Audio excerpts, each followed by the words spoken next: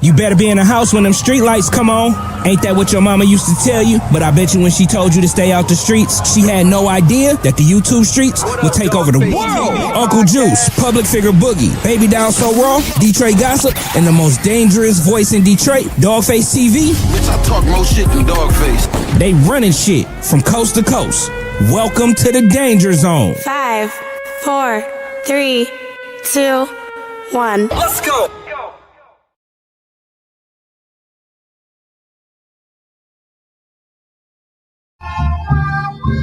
Mic check 1 2 1 2. Mic check 1 2 1 2. My name is Dawgface Calderon.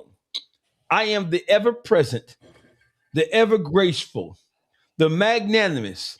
I am the biggest dog of them all. I am the all-knowing, the altruistic. What are you, the Wizard of Oz?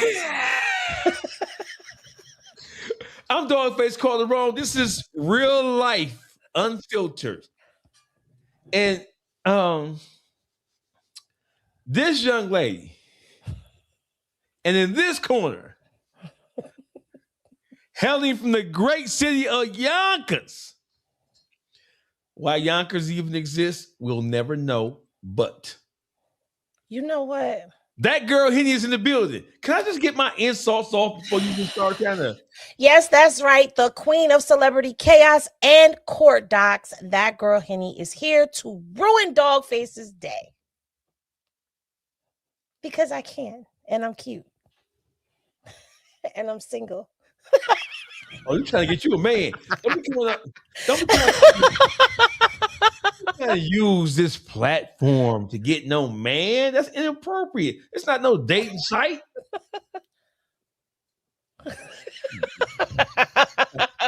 That girl Henry's in the building. I'm Dawgface. Dawgface? Real life, unfiltered. I actually missed coming live with you, but you've been on a press run. You've been some of everywhere. And I want to say kudos to you and salute to you as well, because you're everywhere. You've been sending me, links, and I can't keep up with you. But just so you know, I'm going to start reviewing, black ass. I'm going to start reviewing some of your stuff, just so you know, on my channel. I'm just going to run you over there. You need because you're content now. I'm content. You're content. No, for real. So I've made it to the level of content. You're content that is worthy of being reviewed. Yes, you are content. Really? Yeah. Well, goddamn. Listen, the way you have been out here in these streets, just controversial, shooting from the hip, no fucks given, and keeping up with Allstar Jr. Yeah, you're content now. That is some shit, Henny. I'm content now. Like, not just content because you beefing with somebody. Like, that's whatever. No, right. You're evergreen content that people can now go back to and review if they look up for something or they want to know something. You're evergreen content now. So that's a major accomplishment. That's some shit, Henny, to say I'm content. I can't believe that shit. I want to vomit. No, I don't. It might be a little bit on the hating side of things, Henny. You don't think? No. You don't think I'm so? not hating. A little bit on the hating side of things? No, not at all. There's no hate in my blood. I salute you and congratulations to making it to that level. Like, that's an achievement. There's some people out there that'll never get that because don't nobody give a fuck about what Wack gotta say or any of these other ones out here. They're content for the wrong reasons. Okay, you are solidifying yourself out here. Yeah, I just felt like throwing that dig because I can. Yeah, I mean, so it's hard for me to distinguish between just acute haterism, but I know that you come from a good place in a good space. I know that you were raised right. See, sometimes the parents can raise you right, but the raising don't stick. That would be you. I knew it was coming. That would be you. Hey, that girl Henny's in the building. Hey, listen, Henny, there's a lot. Sauce Walker. Can we get into Sauce Walker first? Are you familiar with what's happening with Sauce? No, you be bringing. See, this is what I'm saying. You be bringing stuff up, and I don't be knowing stuff. So you got to educate me on some things. Okay, so listen. So Sauce Walker he's a rapper from Texas. So he's from Houston. He's from Splash Town. Where's Texas at? I don't know. It's in the United States of America. For real. Southwest portion of the United States. I know where Texas is. Right. Okay. So, because I know you from Yonkers, and the school system of Yonkers ain't. I didn't go to school in Yonkers. See there? You see there? You see Okay. there? Well, I had to throw that out there. You know what I'm saying? You Shout never. out to Yonkers. Yeah, I'm never going to miss an opportunity to take a dig at Yonkers. Hey, listen. So let's just skip over Sauce Walker. Let's go to Jay-Z. Did you at least see the Jay-Z? Yes, I did. I saw he combed out his locks and came with a fro. Or was that a lace front? So I'm glad we just switched over to this because I can swear for God that he had dreadlocks. He had wicks. I mean, his locks, he had them thick. He had wicks. And I'm looking, I'm like, where did they go? So he must have combed them out. No, I don't. Hey, Henny. What? That's a thing. So dreadlocks cannot be combed out. Yes, they can. How? You sit, you condition them, and you comb them out. It's a lengthy process, but you can comb your locks out. Yes, you can. So them motherfuckers in Florida be having them locks all napped up and grit and all. You can comb that shit out. You can comb your locks out. It's a thing now. So matted. How? That shit like matted together like a fucking a lot of conditioner and a steel comb. You comb them out. I was thinking of doing it. But I changed my mind. I ain't got patience like that. I just cut these motherfuckers off if I get tired and put on a lace front, you know. Really? So you telling me that Jay-Z, he had wicks, that shit like it's matted together. Yeah. In order to unloosen that shit. It's matted together, yes, but you can take and sit and comb all of this out. Yeah, but your shit ain't like stuck together like them niggas. You got dreads, but your shit ain't all. Man, I seen some niggas who shit look like it's like a big. They gotta cut it out with some scissors because it's like infested. You can still cut out your wicks. So listen, we know Jay-Z is a billionaire, so we know that when he started to grow his hair, we know that he did it right. It might be some hair that he had flown in, you know, some foreign shit that he had added. We don't know. He could have cut it all off and added some hair. We don't know. Look, everybody to me is weird from that era. Okay? No, Diddy, Jay-Z, R. Kelly, all of them, they weird. I'm from that era. I'm old as they are. I'm from that era. What you trying to say? Was you running with them? Fuck no. Okay, then I'm not talking to you. But I'm from that era, so I need you to like. But I'm from that era. You ain't old as us. You're not 50. You 50? I am 47. I will be 48 this year. First of all, you ain't even 50. You not from our era, little young. It don't matter. I'm only a couple years younger than you. You a little young ass girl. Shut up. I was here at the invention of hip hop. Stop playing with me, Henny. I was here for the hip hop, the hip to the hip hop. You don't stop your rockin' to the bang bang boogie, the up jump the boogie to the rhythm of the boogie the beat. You trying to go with that because I'm from New York ass shit. And listen, first of all, because that's where it started. That's where it started. Okay, that's where it started. Don't make me roll my eyes at that shit. Go ahead, roll them. Okay, because I'm speaking facts. So Jay-Z came. He hit the Roots. I never paid attention to the Roots picnic, and it's been happening for. I've never really paid attention to it, but I'm like I like neo soul, but I'm not like. Oh, I'm down with she. Yeah. So Philadelphia and Detroit, they are from a music standpoint, they are kindred spirits because you had the Motown sound, then you had the Philly sound with the Teddy Pendergrasses and all of them. So Motown and Philly, you know, the neoclassic soul shit, the Marvin Gaye and so Philly, for people who don't know, Philadelphia and Detroit, they are locked step at the hip when it comes to traditional R&B and soul. Let me help you out. If y'all remember Boys to Men, then y'all remember their song, Motown Philly back again. That. Oh, you is a little old. You brought that together like that. I like that. Come on. I got some clapping for you. You brought that shit together. Hold on. Let me get you some clapping. You brought that shit together. That was nice. yeah. You clapping. You brought that. Good job, Henny. Good job. You are good for something. So I knew it. You know what? You are good. So yeah, that is right. So So listen, Jay-Z, he showed up at the Roots picnic, the Roots Nick. And brought Brooklyn in the house. Bro, no, he brought Philly in the house. So No, let's. he brought Brooklyn to Philly. He's from Brooklyn. Yes, he did. He brought Beds. He's not Bed. He's from Marcy's not in Bed-Stuy. Is he from Bed-Stuy? Flatbush. I think he's from Flatbush. I'm No, not sure. He's from Marcy Projects. Yeah, so I think Marcy's definitely Brooklyn. I don't know what part of Brooklyn, what section of Brooklyn is in. Just East New York, probably. So listen, he showed up to the Roots Festival.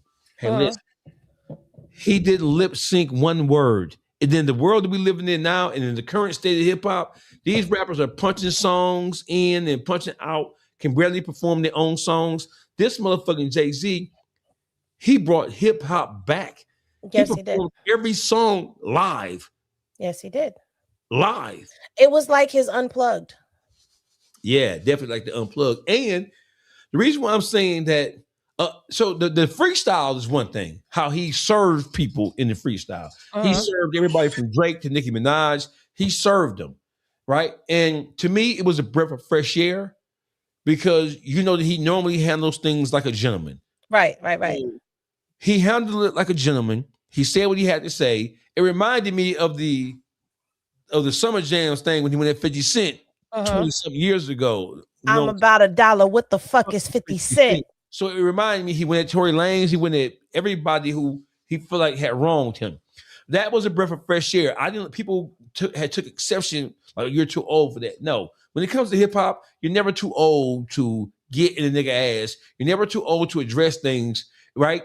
And even though he is an elder statesman in the game now, I like how you said that, elder statesman. He did what he did what rappers are supposed to do. So as a rapper, you're never too old to address anything. You're never too big and grown to address slights. How you address them, and when you choose to address them, that's the subject. Right. And so I appreciate the fact that he took the time. Like, he didn't just sit on his lofty perch and act like, oh, I'm beneath you niggas are beneath me. I don't gotta respond to that shit. Right. The fact that he responded, right, in the world that we live in the hip hop that we know now, that shit is major. Because nowadays, hip hop artists get into it with each other and they go right to jail, go to prison, somebody die. Now, here's the thing. For me, I look at it like this. That was the original clout right there. When you beef with a rapper or you mention a rapper and they clap back at you, he just basically sprinkled a little something on y'all. Let's see what y'all say now. Because let's take Nicki, for instance, because a lot of people have an issue with the fact that he went at Nicki. I don't. Because she's been going at him for a very long time. So I expected something when he started his freestyle. I'm like, oh man, here we go. She had it coming. Your ass, yeah. You can't tell nobody how to respond. And so he responded. Now what you gonna do? What you gonna say? Are you gonna drop an album? Are you gonna drop a song? What you about to do? How do you respond back to a billionaire rapper? Well, you can't pioneer. You can't. Well, you can't say I'm gonna fuck your bitch. You can't say you broke. You can't say you jealous. You hating. You can't talk about career goals and plaques and can't compare your portfolio to his. Can't do none of that. Your bankroll can't do none of that. You know what I'm saying? You can't compare your mate. you can't even compare your net worth. Period. None. So how do the people who he mentioned? We already know that Dame. We already know that Oskino from State Property, right? He responded. But Skino, listen, bro, he had every member of State Property, including Benny Siegel, on the stage, bro. It looks like now, in hindsight, you may have made the mistake of going with Dame. Because him and Biggie him and Beans been at each other's heads for years, right? So he spanked niggas. He went to Philly and brought everybody who was down with him in Philly, brought him out with him, including Meek Mills, who wasn't down with him, but he brought the whole state prop out. Well, no, you can't say he's not down. Well, he wasn't a part of Rockefeller, but Meek is down with Jay-Z because when Meek was locked up, Jay-Z did that whole movement to get him out. So he brought everybody who's connected to him, but the whole thing, but he's not state property. We didn't even put him in. No, he's not Rockefeller. He's not state property. He's none of that. He brought the whole rock out. He brought the whole Philly rock out, except for Oskino. What does that do? How does that make and then he talked about his stuttering. Now that's not right. That's not right. You're not supposed to make is stuttering, is that a disability?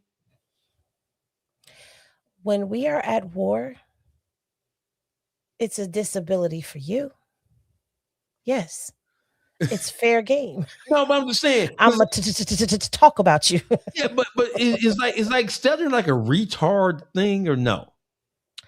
It's a disability. Is it? You get a check for it? You probably can, because you get a check for being a crackhead. So I'm sure you can get a check for stuttering. So you can get an SSI check for stuttering. You might be able to. Okay. I need some money, motherfucker. I need a check. No money left behind. Yeah, I got kids in the ass. I got kids everywhere. If I got kids in the ass, I need money.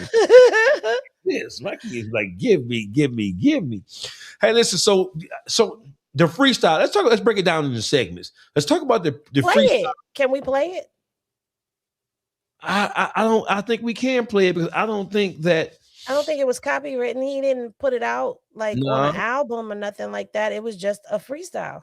No, it was just a freestyle. Let's go to YouTube and let's put Jay-Z. Someone said it's called a speech impediment.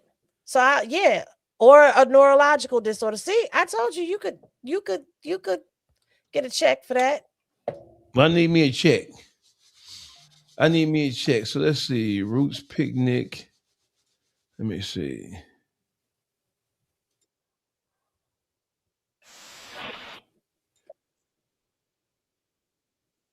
Transition before I clear my name, I would have hunted them. Every one of them playing these silly games. That 1-800 ambulance chaser. Do you hear that, Henny? Yeah, turn it up a little bit. Turn it up a little bit. Oh, we want to turn some shit up. Come on. Of course. Here you go. Patty's turning 100. If she would have transitioned before I cleared my name, I would have hunted them. Every one of them playing these silly games. That 1-800 ambulance chaser would have wished one came. But 911 is a joke. Public enemy number one, I've been ranked. The rock's not crumbling. The leprechauns have magically run out of pranks. Your son on a federal jail line mumbling something about having too much of this drink. You know how dumb that is? Another one fumbled his, wonder how I get the blame. Niggas' teeth is tumbling out their mouth and somehow I'm the one who done it. It's a murder mystery game. Damn. You had to cash cow and thunk it. Was you who pumped his? I'm the one who strummed the pain. That hill you can die on. There's way too much flack that comes from those planes. I'm killing them softly. What's understood don't need to be explained. You want it one way, it's the other. I still on you suckers, I'm mauling you niggas, gang. I ain't much for me, it's know-how. Cancel the brunches, I remember the hunger pain. The price of the bricks going up. It's gonna cost you a fee to even say my name.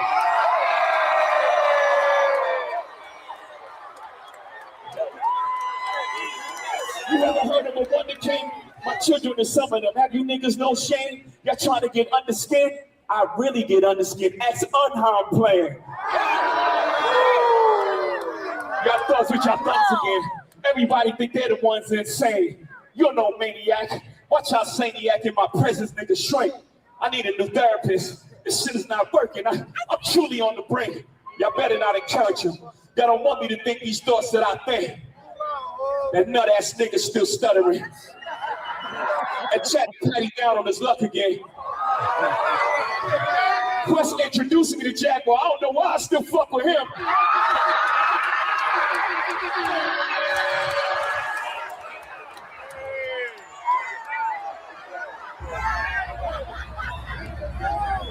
You wonder why I do the freestyle rehearsals.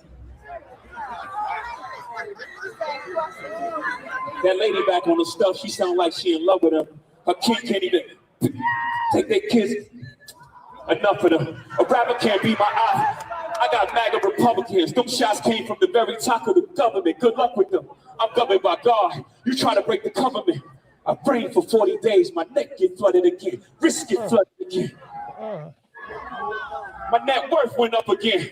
My next update, the jig is up. Nigga, I'm up 10. Wrong chart, champ. You gotta look up again. Niggas look up the hole. I never looked up to them. The crackers got your publishing gangster. Go talk tough to them. Don't talk success to me. You niggas is workers. In perpetuities, how your contract is worded. Don't make me go fuck, man. The roots remember, even when the trees pretend, not too much on my name. Don't forget who I am. Hattie loves her Shawnees. S-H-A-W-N. I find it adorable she put the S at the end. You don't know, the show ain't even begin. I said, you don't know, the show ain't even begin. Henny. So simplistic. Jigga Man. Jigga Man. So we're going to break this down into two parts. First part, freestyle. So when he said the Nicki Minaj thing, that stood out to me the most. But he said when he said the kid be like because Nicki's husband is a registered offender, sex offender. Well, we grown over here. I don't have to say that. He's a registered sex offender. And no matter what people try to say or how they try to back out of it, he's a registered sex offender. There's no getting around that. So he can't be anywhere. He can't go pick up no kids. He can't be at no school. He can't go to no graduation. He can't go to a parent-teacher conference. Whoa. So registered sex offenders, they can't go to school functions to watch their own children. They're not supposed to be anywhere near a school. So what's up with the nigga 7 General from Detroit? 7 General be at the school picking up his kids and one of all other kind of shit. You show us. Let's look the law up. Look it up. Let's see. Because last I heard, they can't be nowhere near a school. Yeah, because 7 General, what your bitch ass doing at them school with them kids? Can registered sex offenders attend school functions?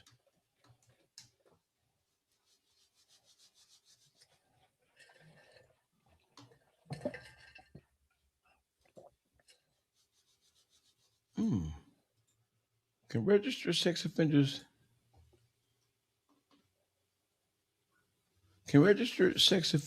attend school functions? They're not supposed to be at schools, parks, daycares, or other places where children regularly gather. So it's a guy named 7 General. I think we talked about him before. I seen him. So I'm gonna have to the law on this. Cause that sex offender ass Chester molester ain't supposed to be at no school function around nobody else's kids but his own. Can sex offenders live in houses with kids? I don't know. I don't know how that works. We need to get this. Listen, the level of sex offenders went up. We need to protect these kids at all costs.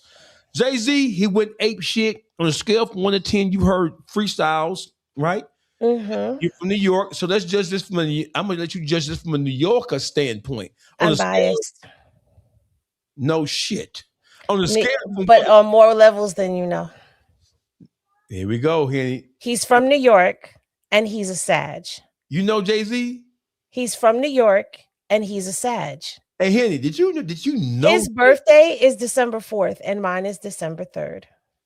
So you ever met Jay-Z, Henny? No. No? No. So if Jay-Z was to leave Beyonce and say, come on, Henny, would you do it? No. Why not? Because I know about Sagittarius men very well.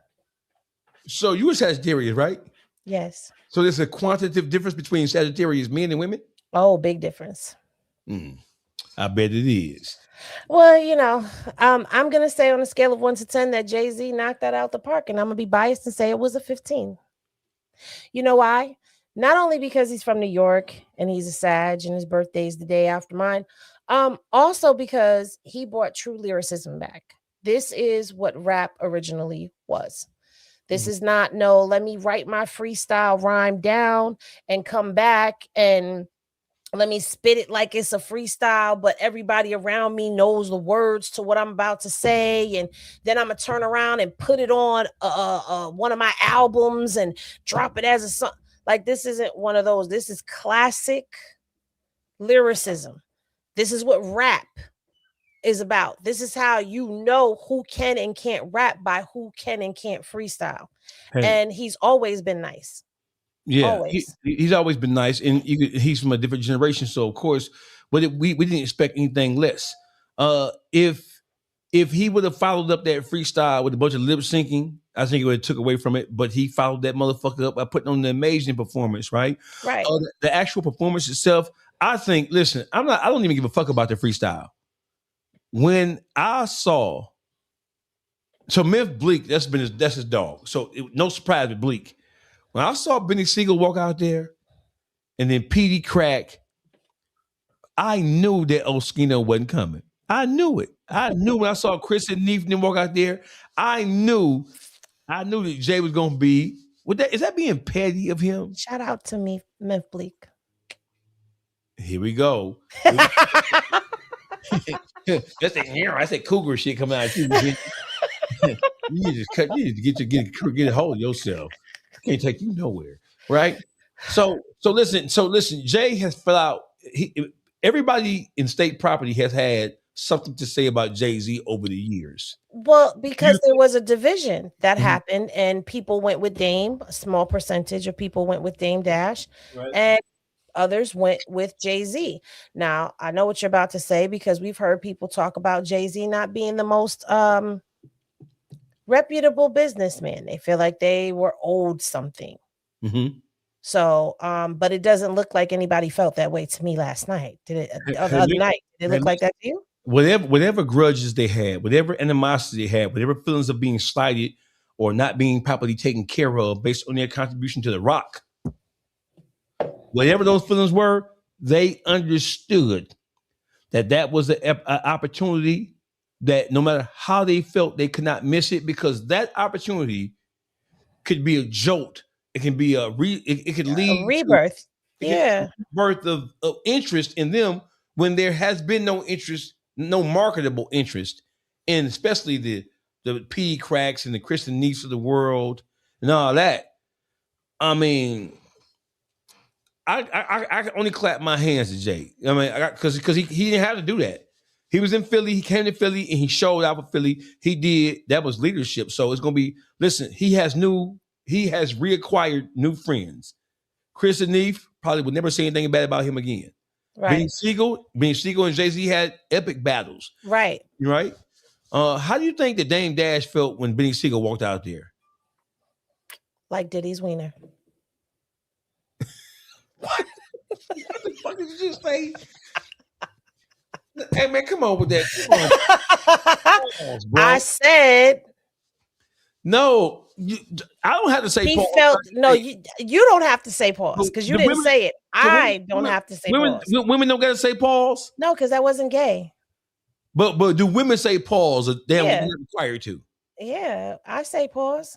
I never heard women say pause. If I say something that could be taken in a sexual manner and it's not supposed to be taken in a sexual manner, I could say pause. Yeah, I didn't know that women had to say it pause though. Because don't have to. Women are women. Women are punks by nature. But I'm from New York, so we pause sometimes. I've kind of outgrown pause. Nigga, take it how it lands. I don't care. Right. I was gonna get you with a good joke, but I said, you know what? It was too easy. Don't. Some of this shit too easy. Some of this shit you just too easy. Hey, so I think he felt very small. The line about the teeth tumbling out the mouth. Embarrassing. I remember Dame Dash when Dame Dash was running the music, running rough shot all over the industry. Right. I remember that. It hurts me. It pains me to no end to see Dame Dash, at least from fall. His fall from grace is epic. It is worse than rappers who are stars and then get broke. I know Damon isn't necessarily broke. I know he's playing the whole what you call that when you bankruptcy game. I know he's not necessarily broke, but he has to hide under that guise in order to protect the things that he do has. But he hasn't truly ever gotten back up from that fall. No, I think not even from a financial standpoint. I think from a public image standpoint, he's made so many mistakes and he's wronged so many people. Yeah, he's rubbed so many people the wrong way. The back and forth between him and Cameron, right? Him and Jim Jones, right? Who were once considered allies to him, people who could have. Why can't Dame Dash be a podcaster? Is he such a distasteful? Does it leave such a distasteful residue in people's mouths? Yes. That he can't be a podcaster? Yes. He can or can't? No, he can't. So you mean so we've seen rappers who really didn't have any career whatsoever. Joe Budden was hated and reviled just still is. And Joe Budden he turned himself around. So why can't Dame Dash do the same thing? Because Dame, he's proven, in my opinion, it's just Henny's logic. Dame has shown to us over the years exactly why people fall out with him. Because we get to watch the wash, rinse, repeat over and over again of things happening with him and somebody else.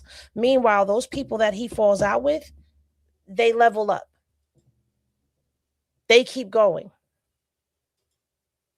For whatever reason, he gets in his own way, and he's too egotistical to see that. Again, in my opinion, he still thinks he's Dame Dash of The Rock, and he's not.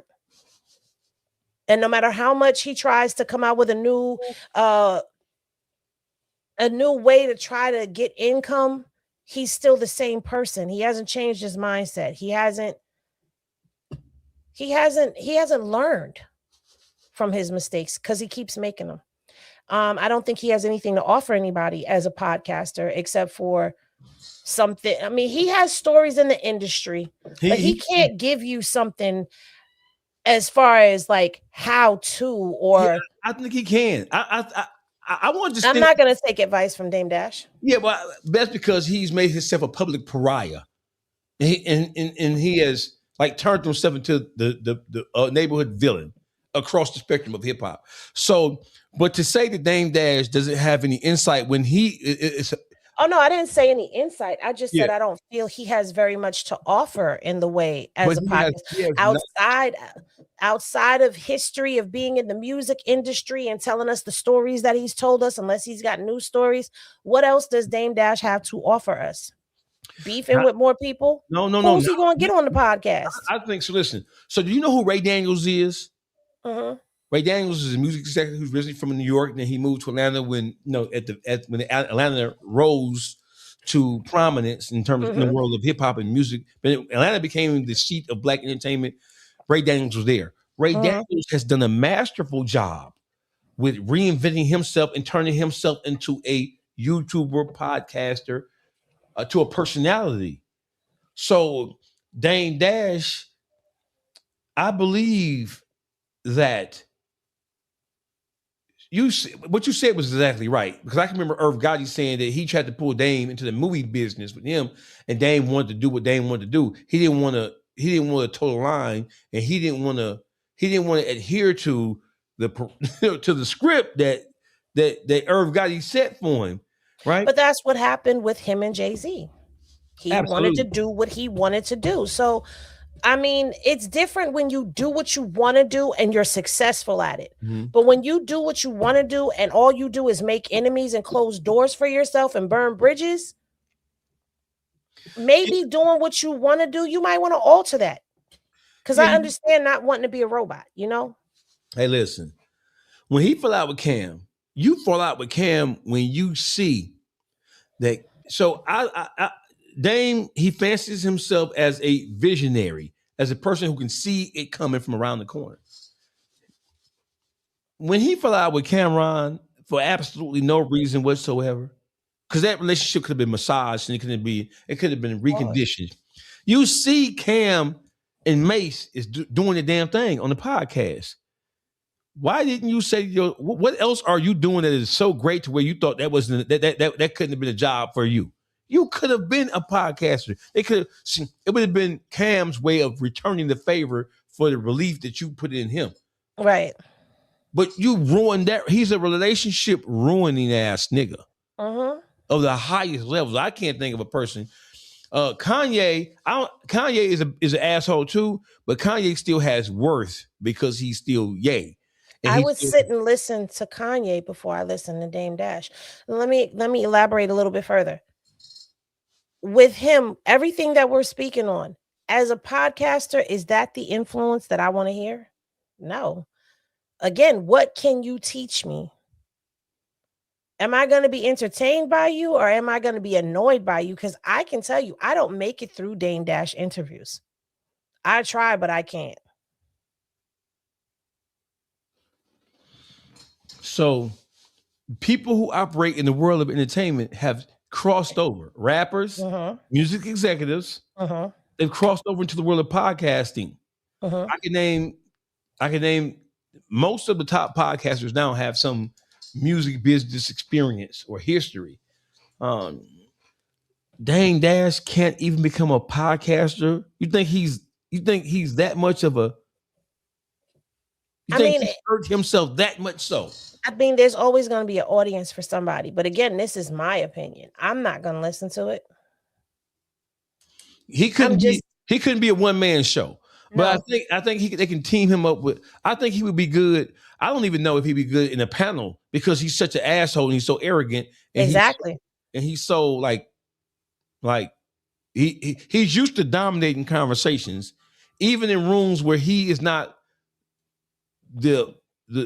he's not it in the room. He's still. I don't know, man. It is the. Because I remember The Rock. King David right there. Dame's a proud asshole. You're not going to like him if you don't understand that. That's me.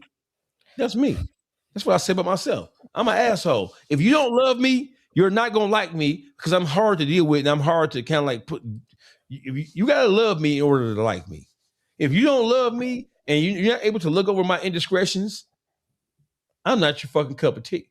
But you see, you can't even say who you would pair him up with because he's going to fall out with whoever you pair him up with. He's going to make that person not want to be around him because that's what he does. He makes people not want to be around him. Is Dame a narcissist?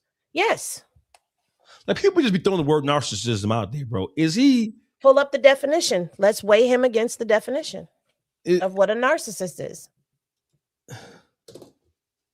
Because I agree with you. People throw a lot of words around and they use them and throw them out of context. Here's narcissist.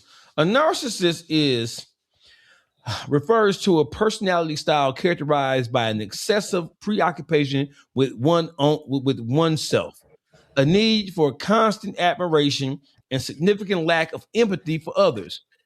While everyone possesses some narcissistic traits, extreme, inflexible, and damaging patterns may indicate narcissistic personality disorder, NDP. To identify a narcissistic individual, psychologists and mental health experts look for these core patterns.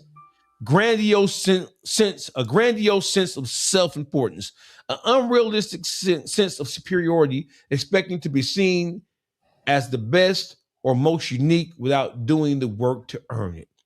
Is that Dame? Does he have a grandiose sense of self-importance? Is it an unrealistic sense of superiority? Does he expect people to see him as the best or most unique without having done the work? I think Dame has done the work. Not recently, but you got to look at Rockefeller. You got to judge him in the time where he was doing. No, you don't. You judge him now. You can't. We are in the now. You can't keep going back to the past, especially if he hasn't done anything with it. We can go back and look at how Jay-Z went from the record label to the artist to the entrepreneur to this and you can go because it's a part of his portfolio, it's a part of his path. We can look at other successful people who have evolved or elevated or continue to push the line and break barriers. Dame has not done that, but he expects to be treated as someone who did that. He has not.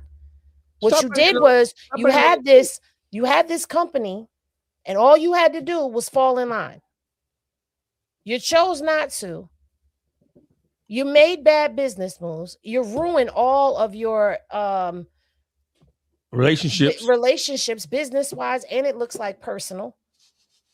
You feel like you're still Dame from that time, and everyone should give you no. Yes, he has a grandiose sense of self-importance. He's not that important nowadays.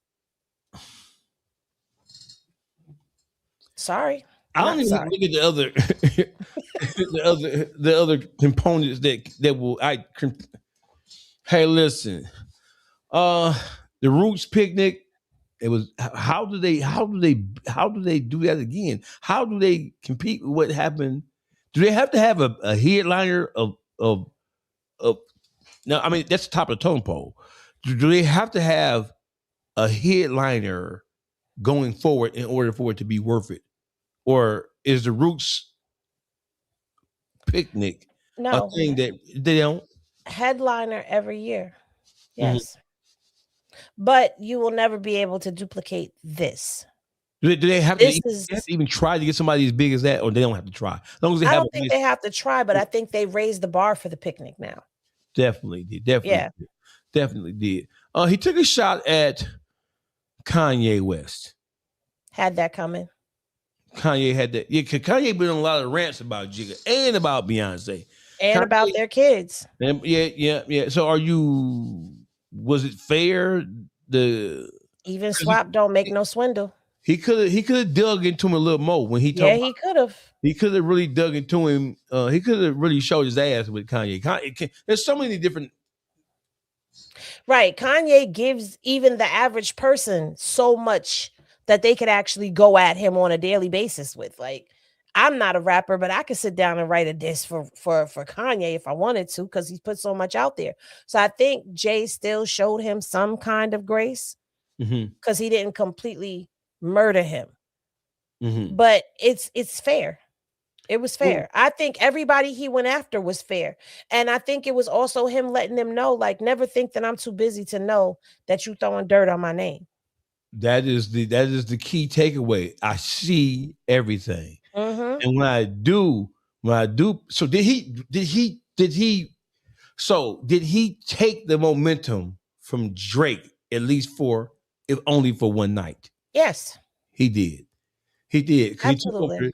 He took the momentum for Drake, and then a couple of days go by and Drake is back spanking niggas' ass all across the goddamn hip hop universe. What does Drake mean to the world of hip hop right now? Degrassi. And I'm asking, don't start that shit. Don't see. I should have known better. I should have known to ask you no question like that.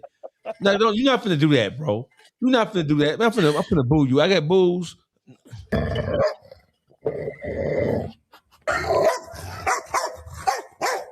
That's my boo. You're not finna take a. So Degrassi.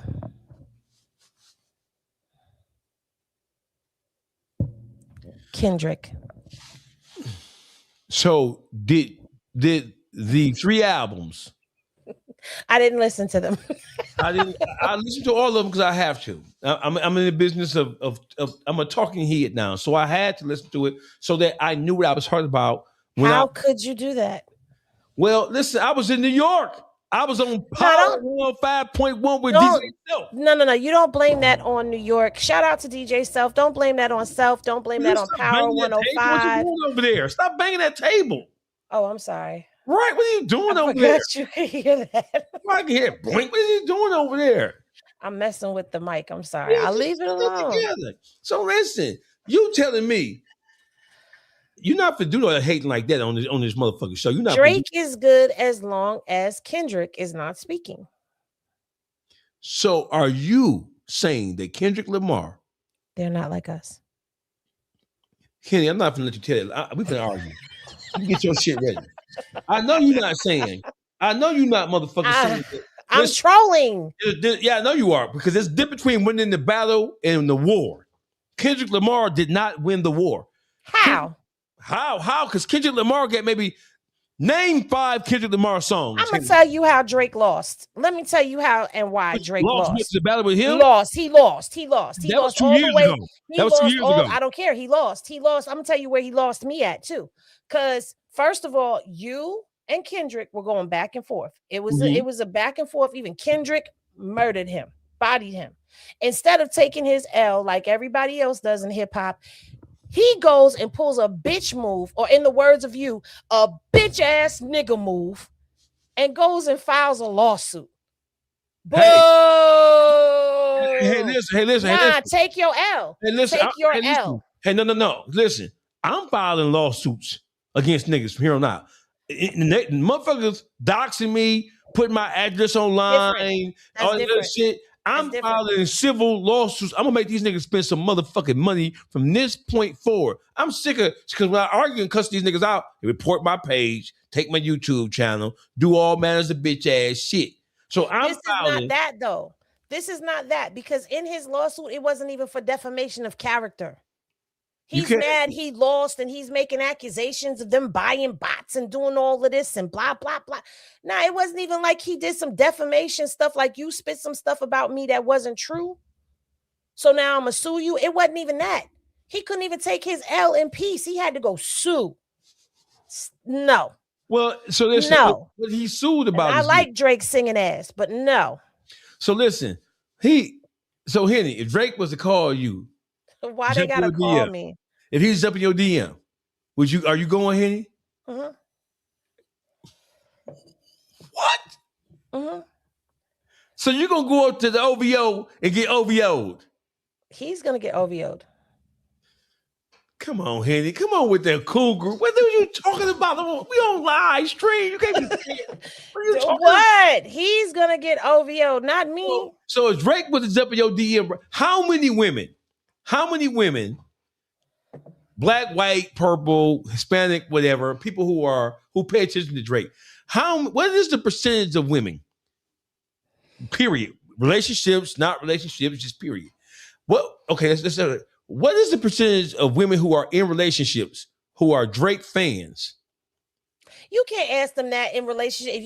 If you're in a relationship, do not answer this question. It's a setup. Yeah. What is the percentage of women who are in relationships? I'm asking you. What is the percentage of women? And I'm asking the Henny gang in the chat. As a matter of fact, y'all I'm not answering that. Yeah, share, and subscribe. Hey, listen, share, subscribe. Tell everybody the Dawgface and Hen Dog. Drake will not make me forget my name. Drake will be dropping album after album after album when I'm done with him. He really gonna be a singing ass nigga. Next. Hey, Henny. What?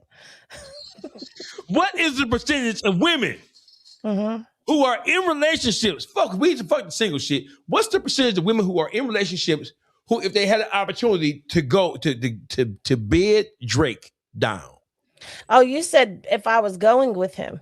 No. You didn't say bed him down. I don't want to sleep with Drake. No, what I'm saying, but listen, okay, so let's remove yourself out of the equation now. What is the percentage of women who are in relationships who would, if they could, and not be discovered, have a one-night stand with Drake? Very slim. You think so? No, Henny. No. These bitches be fucking with Ray Ray and Pookie around the corner who ain't got a car. These bitches letting Pookie drop them off at work and take their car and go home and play fucking PS5 while they at work struggling. No. You've got to ask the 20 to 30-year-olds, because 40 and up, we're not risking it all. Now, when you ask me about Jay-Z, I'd risk it all. He's a billionaire. You would risk it all for Jigga? He's a billionaire. So you would risk it all for Jigga? I didn't say I would risk it, but I'm just saying Jigga has a higher net worth. And I'm not saying that because it's all about the money, but there's a certain stature and status that's an upgrade to your life.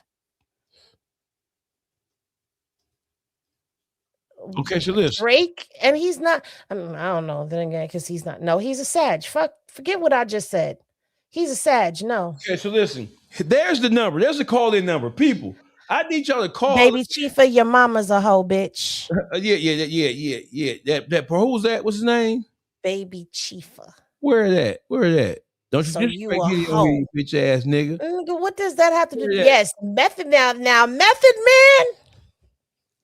Oh, they judging you because you say you would sleep with the. Because I said I would risk it all for Jay-Z, but like I said, he's a Sag, so no, I wouldn't. Okay, there's a call. And when I say level your life up, that means that that comes with a status. That comes with doors that open for you. I ain't talking about taking this nigga's money. He's a billionaire, yes, but he can open some doors. That means the shit that I'm thinking in my head, this person can actually help me formulate and help me get somewhere because he's at a status. Shit, I would sit and I would hang with Jigga and take fucking notes. What are you talking about? That man went from nothing to a billionaire. You goddamn right. So listen, I want everybody to call in. Here's the call-in number. Let me make sure I take my phone off of do not disturb because you know how I'll be wanting to be disturbed. Call in. There's the call-in number. I need you to call in and tell me, women only. No harm. Y'all not allowed to talk about Method Man when you come up here because I see all of y'all coming after my husband and we got a problem. Call in and tell me. I'm playing. $1-900 crook. My name is Dawgface. We got Henny in the building. Are you a female first? No, Dawgface. What's up, man? I ain't no female, man. Well, what you doing calling in? I said female. What school did you go to? Detroit. Man, I love y'all show, man. The YouTube street forever, man. Man, I salute you, bro. Thank you for calling in, caller. Thank you, bro. What's your name, bro? King. My name King, man. All right, so. Okay, Zoo in the building. Hey, K-Zoo got them big ass thick white girls, bro. Don't be like Sauce Walker. Don't be like Sauce Walker. Call in and talk to me. Now, see, they telling you they would risk it all for meth, for Denzel. Like, do you see what I'm saying? I wouldn't leave Denzel alone. Denzel is saved. Did you not see that man go get baptized in the holy water with his wife? Call in and talk to women. Call in. The number's on the screen. Call in. We put y'all on the air. But listen, call in and tell me. Women only, not no men. Sorry, women only. Call in and tell me. Tell us, would you risk it all for Drake? And if not Drake, is there any celebrity, any rapper, any actor who you would risk it all for? Y'all know what there is a big home record tour going on, I believe, right now. What you mean? There are women that will throw it all away for Chris Brown and Usher Raymond. Well, and they are on tour together. That is a dangerous men, fellas, if your wife or your girl is going to the Chris Brown concert as a woman, I'm telling you, you in danger. I thought Usher had that ninja. They don't care. Do you not see how women will throw themselves for Breezy? So listen, ladies, call in. Ladies, chat. Hey, Henny Gang, we need people like, share, subscribe. This. Hey, listen, ladies, call in. Call in. Hey, guys, matter of fact, let's even the playing field. Hey, guys, there's a number on the screen. What woman? Don't call in here with no alternative lifestyle shit neither. All they need is Trey Songz on the tour. Right. If it was Usher, Chris Brown, and Trey Songz, your girl ain't coming home. That's pain. She's getting tossed up in the back of the tour. Listen, hey, guys, hey, ladies, what male figure? Who would you throw it all away for? Guys can call in too. Fuck it. Guys call in. What entertainer would you throw away with you? Sunshine, I ain't coming home. Hey, honey, I ain't coming home tonight.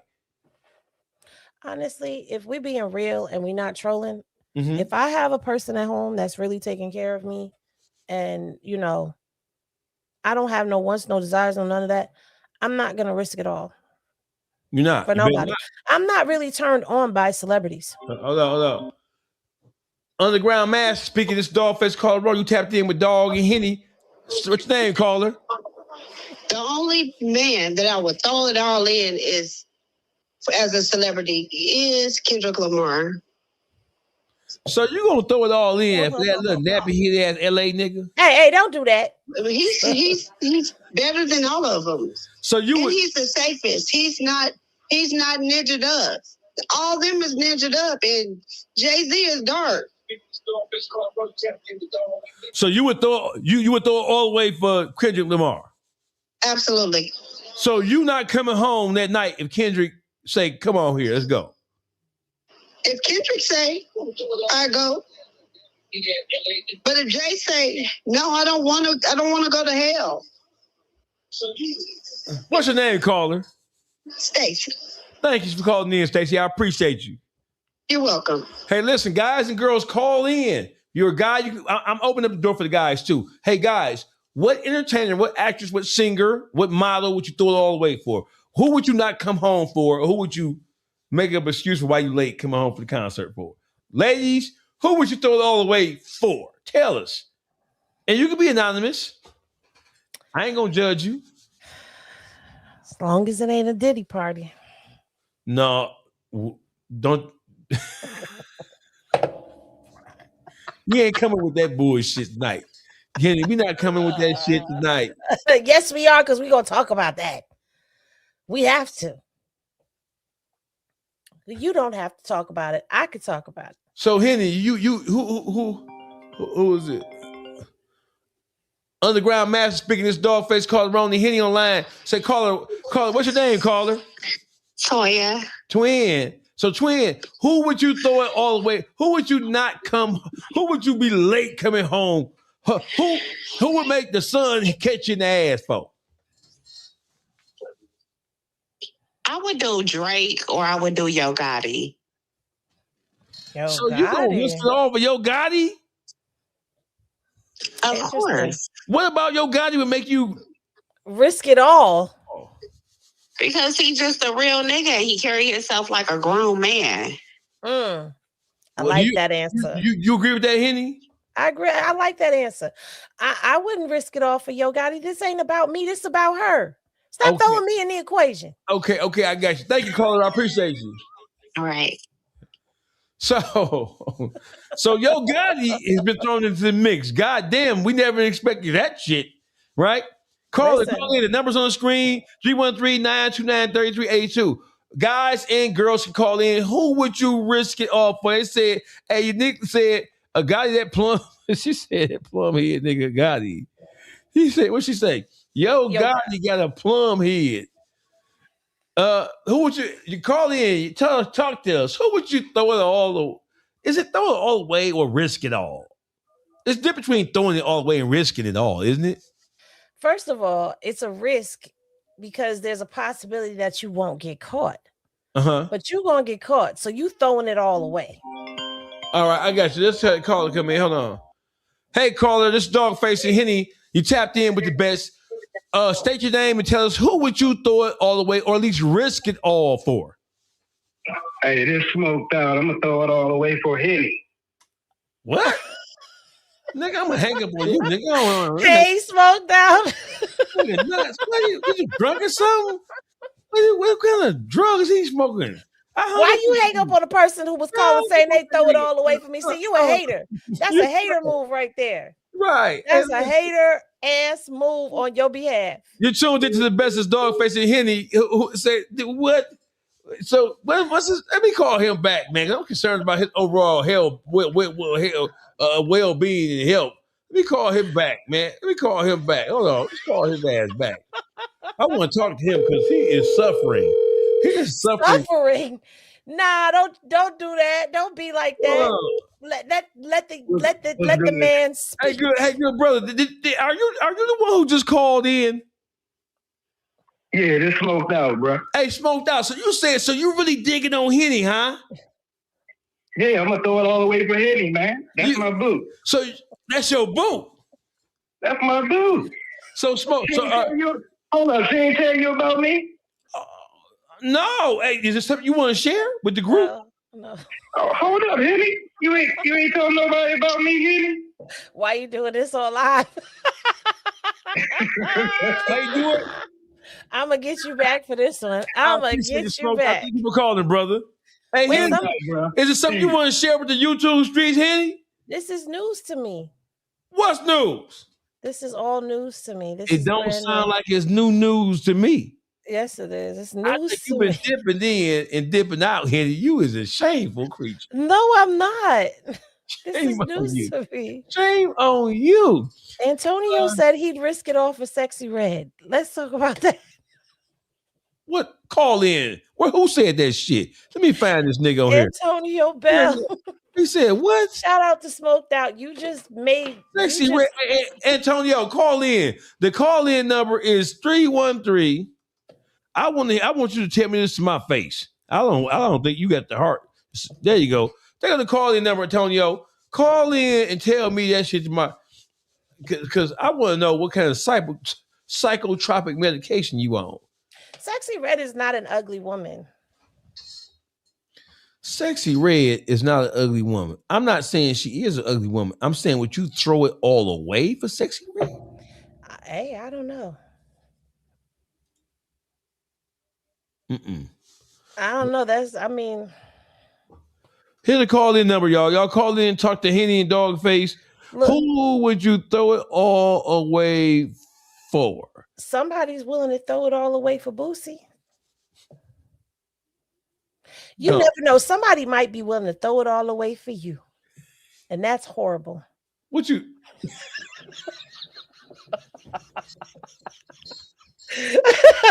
I'm going to be offended. I don't know. Hey, Henny. Jokes are for other people. The jokes are not for me. You're not supposed to be cracking those. You always got jokes for me. Nope, I got you back. About my shit. Hey, listen. Let's move on to a different subject. Thank y'all for the people who did call in. We appreciate y'all. Hey, listen. Henny, yes. Hip hop. Is hip hop in a good place? No. Or is it just no? No. Not in a good place. No. Are there any positives about the hip hop landscape? I'm not impressed with none of this new hip hop. Is it even hip hop anymore? Like for me, hip hop was a culture. It was a way of life. It was in you and not on you. And now I just feel like it has been perverted. Mm-hmm. So it's not the same. So it's not hip hop no more. Unless some of our old heads, you get your Nas's, Jay-Z drops an album, you get people who can carry the essence of hip hop. It's dead. It's no longer what it once was. It was messages. We got somebody calling in. Juanita. Maryland in the building. Smoked Out said to tell you, don't get jealous. He knew me first. Smoked out. Smoked out. I know that you are a man who's suffering from Hello? Juanita. Yeah. Don't you call in here talking that gangster shit. Leave Juanita alone. Don't you call now, Juanita? Who would you throw it all away for? I know what you calling for. Who would I throw it all away for? Yes, man. Who would you risk it all for? Dead or alive? Dead or alive? Dead or alive. Okay, dead would be Tupac. Alive would be Keith Sweat. Oh, good one. Sweat man can get you, Juanita, get you going? Yeah, he can get me. So, Juanita, you would throw your panties on the stage at the Keith Sweat concert right now? I sure would. I know that's right. Where you from, Juanita? Washington, D.C. Washington, D.C. That's my girl. Thank you for calling in, Juanita. Underground Master speaking this Dawgface Calderon and Henny. What's your name, caller? Hey, yo, what's going on, man? This Tay, man, from Inktown. What's up, Dawgface? What's happening, man? Who would you throw it all away for or risk it all for, Tay? Man, look, man, I risk it off. Hey, man, look, for you, keep doing your thing on this channel, Dawgface. Keeping it real, OG. I appreciate that, though. Is there a female entertainer who you would risk it all for, or who you would just throw it all away for? Man, I wouldn't throw it all away and risk it for nothing, man. I fuck with Just you, Tay. Keep it that way. I fuck with you, man. Thank you for calling in. And I'm out on this road, Dawgface, a truck driver. So I'm calling y'all while I'm driving. So I'm checking you out, my G. I appreciate you, brother. Thank you a lot, brother. Be safe on that road, brother. You hear me? Yeah, yes, sir. Yes, All sir. right, thank you, brother. Thank you for calling in. Hey, listen. I got a little nervous for you for a second. Yeah, I thought he was gonna go up top on the nigga with this. I was gonna drop down. I didn't want to be part of that. No, I was gonna press the button on that nigga real fast. But shout out to Tay Inkster on that road driving. Hey, salute to you, brother. So Henny. Yes. It's hip hop. Are we? Yes. Dearly beloved, we are now gathered here for the service and memorial of hip hop because it's dead. Hey, Henny. So I had hope when Benny the Butcher. I don't know if you know. You should know who that is. I do. He's from Baltimore. Right? No, he's from Buffalo. Buffalo. When Benny the Butcher and the whole Griselda records, when they came out as a movement, I had hope for hip hop. I don't have hope for hip hop anymore. And I appreciated them because they were like a combination of Mobb Deep and Wu-Tang combined. That's what they gave. And even down to Shay Noir, who was the female, they all had that, they had the essence of hip hop with them. Like they could carry it on their back. But people like them get drowned out for these click, bow, bow, bow, bow, bow people. Like, what the fuck is that? I don't know, Henny. What? Hey, Henny, I sent you this as a topic, Henny. You see this right here? No, what is this? Oh my God. I sent you this as a topic. I said, listen, I want people to call in on this, right? We fucking with chat tonight. We fucking with chat. I want to know who has the worst farts, women or men? I've been around some women with the deadliest gas. So listen, this is science now, Henny. Who got the worst farts, women and men? Now, according to this, science has proven that men and women produce comparable amounts of gas daily, but with key chemical and behavioral differences. The chemistry, potency versus volume. Women's farts are more potent. That means y'all stink more. That is... That's what it say. That's what it say. Studies show that females' flatulence contains a significantly higher concentration of hydrogen sulfide. That's the shit that makes it stink. The compound responsible for that classic rotten egg smell. Now, I know somebody, I ain't gonna say no names. Ooh-wee. He ain't never been around me to smell my fart. Okay, so Henny, they say men fart, they have higher volume, but women fart is something. Wait a minute. Hold on. There's some bias in here in this verbiage. It says women's farts, and then it says gas per toot. Why do the men have a toot and the women have a fart? Do you see how biased this goddamn list is? So men toot now? Yeah, because women ain't supposed to fart, bro. And listen, let me tell you something. As a young boy growing up, what you mean we not supposed to fart? Yeah, but listen, let me tell you something, man. Maybe it's a black boy thing. When I was younger, I didn't think girls farted, bro. I didn't. You want to know why? The first time I knew for a fact that the fart came from a girl, I was so turned off, bro. You could push me over with a feather. I was like, I didn't think young black boys do not learn. I think I was about 9 or 10 before I realized that the girls farted, bro. Really? Yes, we don't be knowing girls. We thought fart. Listen, I had a son. So my son would come in my room and fart and close the door, and I'd return the favor. Don't play with me. I'm petty like that. So my son knew I farted. But you want to know why women's farts are probably worse than guys? Because of that stigma right there, what you just said. Do you know how many women will hold a fart in while they are around a man? And then when they finally let it out, it's a killer. It's a dip. So you better not fart when I take you on no date. You pay for your own food. You better not let me smell nothing. Just imagine, have you ever been on a date with a guy and the guy farted and you smelled it? Yes. And what did you say? Did he tell you? Because I'm the kind of motherfucker, I've been letting those silent joints out. I'm like I don't did shit. Do you see my face? You knew he did it? Yes. But did you say something? Did you confront him about it? Do you see my face? Did you leave the date? Or did you stay? Said, my bad. Excuse me. That's what he said. You couldn't go to the bathroom and do that shit. You had to do it right here at the dinner table while we waiting for our food. I'm not hungry no more. Not hungry no more. Henny, Allstar Jr. update. So Allstar Jr.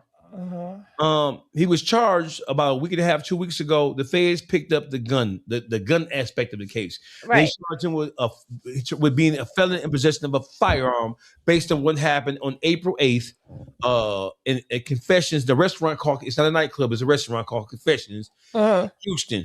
A couple of days ago, we found out that the state of Texas plans on prosecuting Allstar Jr. for the assault, the aggravated assault of NBA Ben 10 only.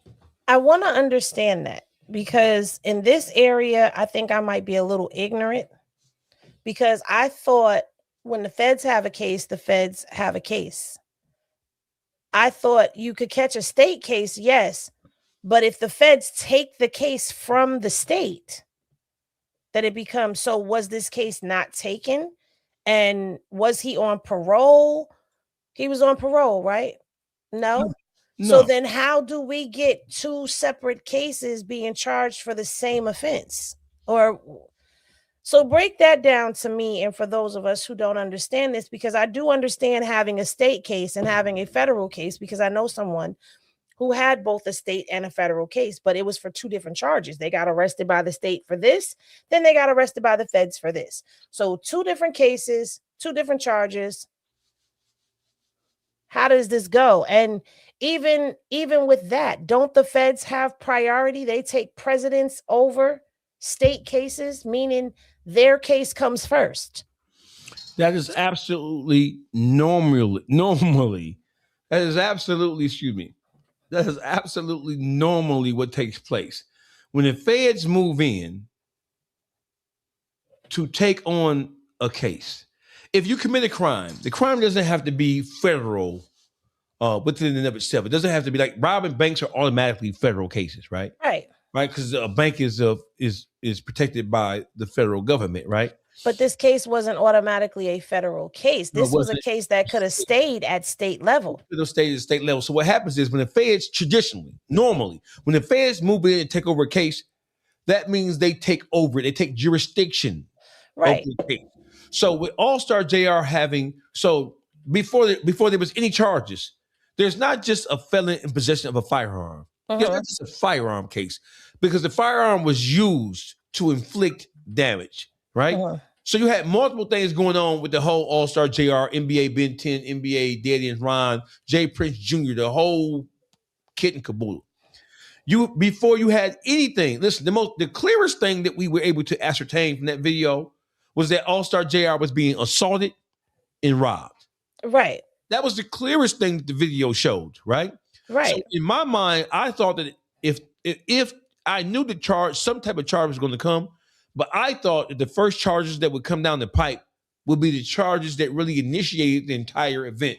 I didn't think that the feds or local law enforcement was going to be looking at the degree of injury that somebody suffered. Because in my mind, the NBA cats, them devil, demon, demonic ass, cocksucking sons of bitches, in my mind, they are not victims. No, because the injury was sustained in the commence of a crime that was already happening. Yes, but that's no, the feds nor the state of Texas have reached that conclusion on their own. They haven't, there's no charges that reflect that they even understand what happened. So my whole thing is this. So when the feds pick up a case, they pick up a case in its totality, right? Like the gun case, for example. When the fed, it's not like he just got caught with a gun, Henny. Like he got pulled over by the police, they caught him with a gun, or it's not like that. It's like the gun is a part of a larger scenario, a larger chain of events, right? So when the feds pick up in a situation like this, When the feds pick up a gun case, right? The gun itself is not a singular, separate thing. The gun case is a part of a greater situation. So I've never seen in a situation like this in my life, and I've seen a lot of shit. I've never seen the feds pick up a gun case only when that same gun was used for another crime. Like, for example, it doesn't have to be armed robbery. If you go rob somebody and the feds pick up the case because you had a gun, right? They normally pick up the entire thing, the robbery and the gun. You get charged with being a felon in possession of a firearm, and then that because what you did with the firearm as a felon who wasn't supposed to be in possession of it, whatever additional crime that was committed, they picked the whole thing up. In this situation, that's not what happened. My thing is this: how do we have a situation where they picked up him being in felon in possession of a firearm, but none of the violent acts that were committed with said firearm? So if he was wrong on the federal level for being in possession of a firearm, why wasn't he wrong for what he used the firearm for? What does that tell us? And just off the top of your head, what does it tell us that the Fed chose not to prosecute him? I think there's something bigger going on with this that we just don't know yet. I think they may be, I don't know, trying to get him to cooperate, because the whole thing doesn't make sense to me when you have the feds report and the police report. And the feds report, they document, they say that he was robbed, and they say what he was robbed for because they saw it on video. In the police report, they don't mention that. You just make it seem as if there was an altercation and Ben 10 got shot. No, there was an act. There's a whole storyline in the videos that we all watched. We watched this man be assaulted. We watched this man. You've made some great points about how the restaurant was closed. The kitchen was closed. Once the kitchen closes, the restaurant is closed, basically. They're just allowing the people that are in there to finish up their meals. They're not seeing anybody else. So now he's getting up with his companion to leave, and they confront him.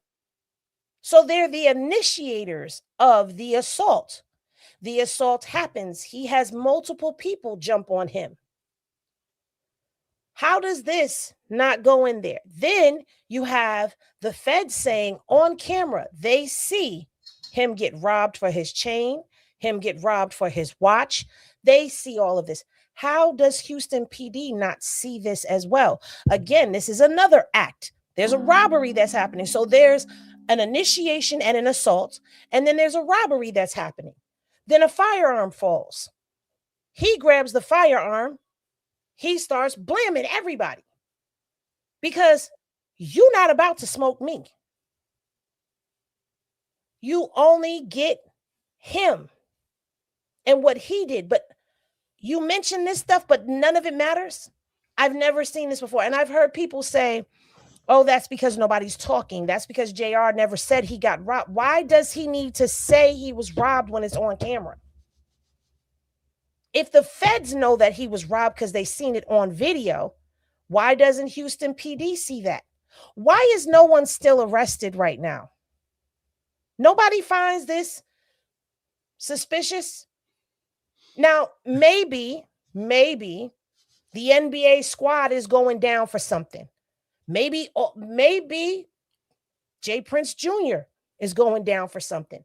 And the feds will come in the end because they're playing the long game and they're playing for keeps. Maybe. But when it comes to Allstar Jr., the way all of this is going, who are they trying to get to cooperate? And what do they want? And what's the bigger case are the questions that I have right now. So listen, let me just say this, Henny. So I want to add something else to the equation. I want you to tell me what you think about this, right? Henny, 3 people were shot. Not one. It was Ben 10, Deadend Ron got his finger blew off, his index finger, his booger finger blew off. I had to add that booger finger shit. I know. You like that. Right. He had his booger finger blew off. And then there was an innocent bystander, somebody who had nothing to do with the incident at all, got shot in the ass. Right. So the state is charging Allstar Jr. with aggravated assault on one of the people that was shot when 3 people were shot.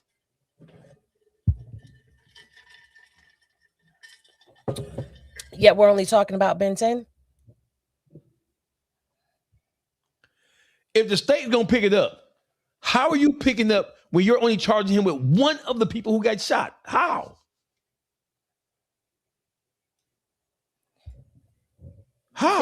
This to me at this point where we are right now looks like a miscarriage of justice. News break. Hold on, Henny.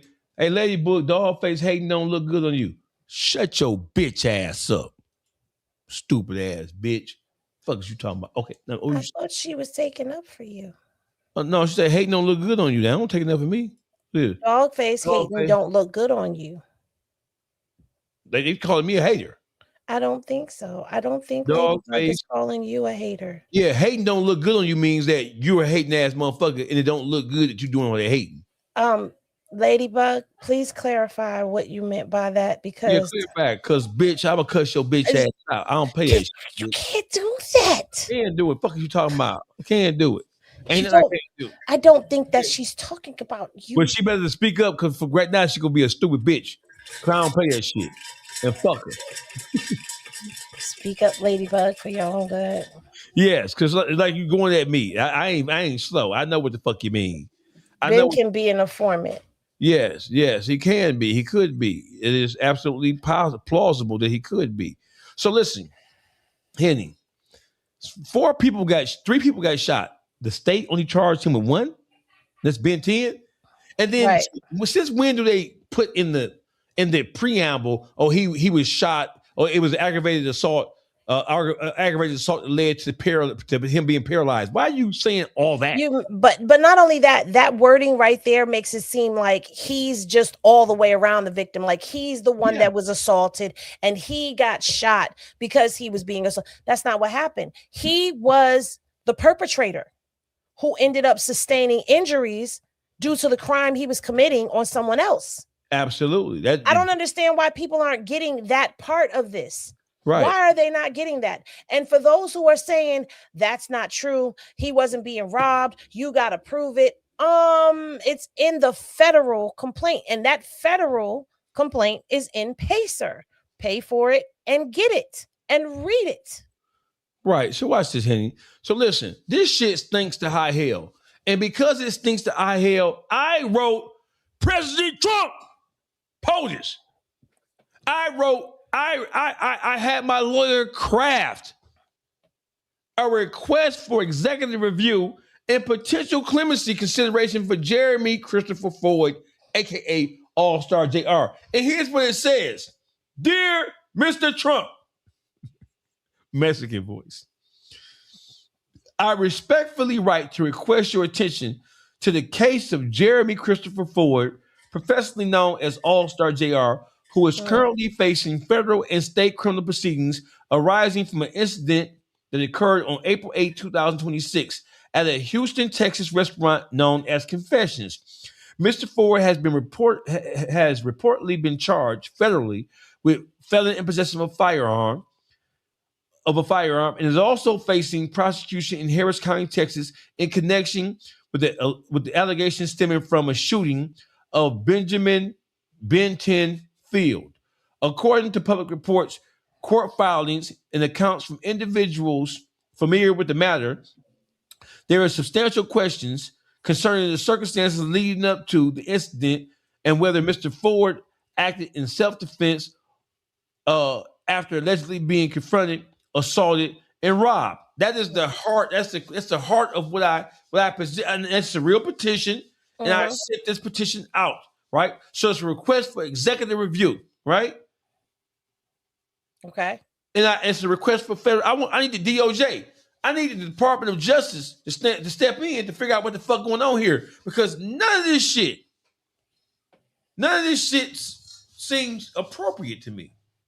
Hold on 1 second. Future Makers Enterprise said, do self-defense apply in Texas? It's a stand your ground state. It is. So self-defense absolutely applies in Texas. And not only that, Allstar Jr. adhered to what the stipulations are for a felon to possess a firearm. So watch this. So that, okay, go ahead. before you can go there, right? So you have people saying that there is a statute, there is precedents in state and federal law that says that as a felon, you are allowed. You are disqualified. So all felons are disqualified from possessing firearms. This is put it out there.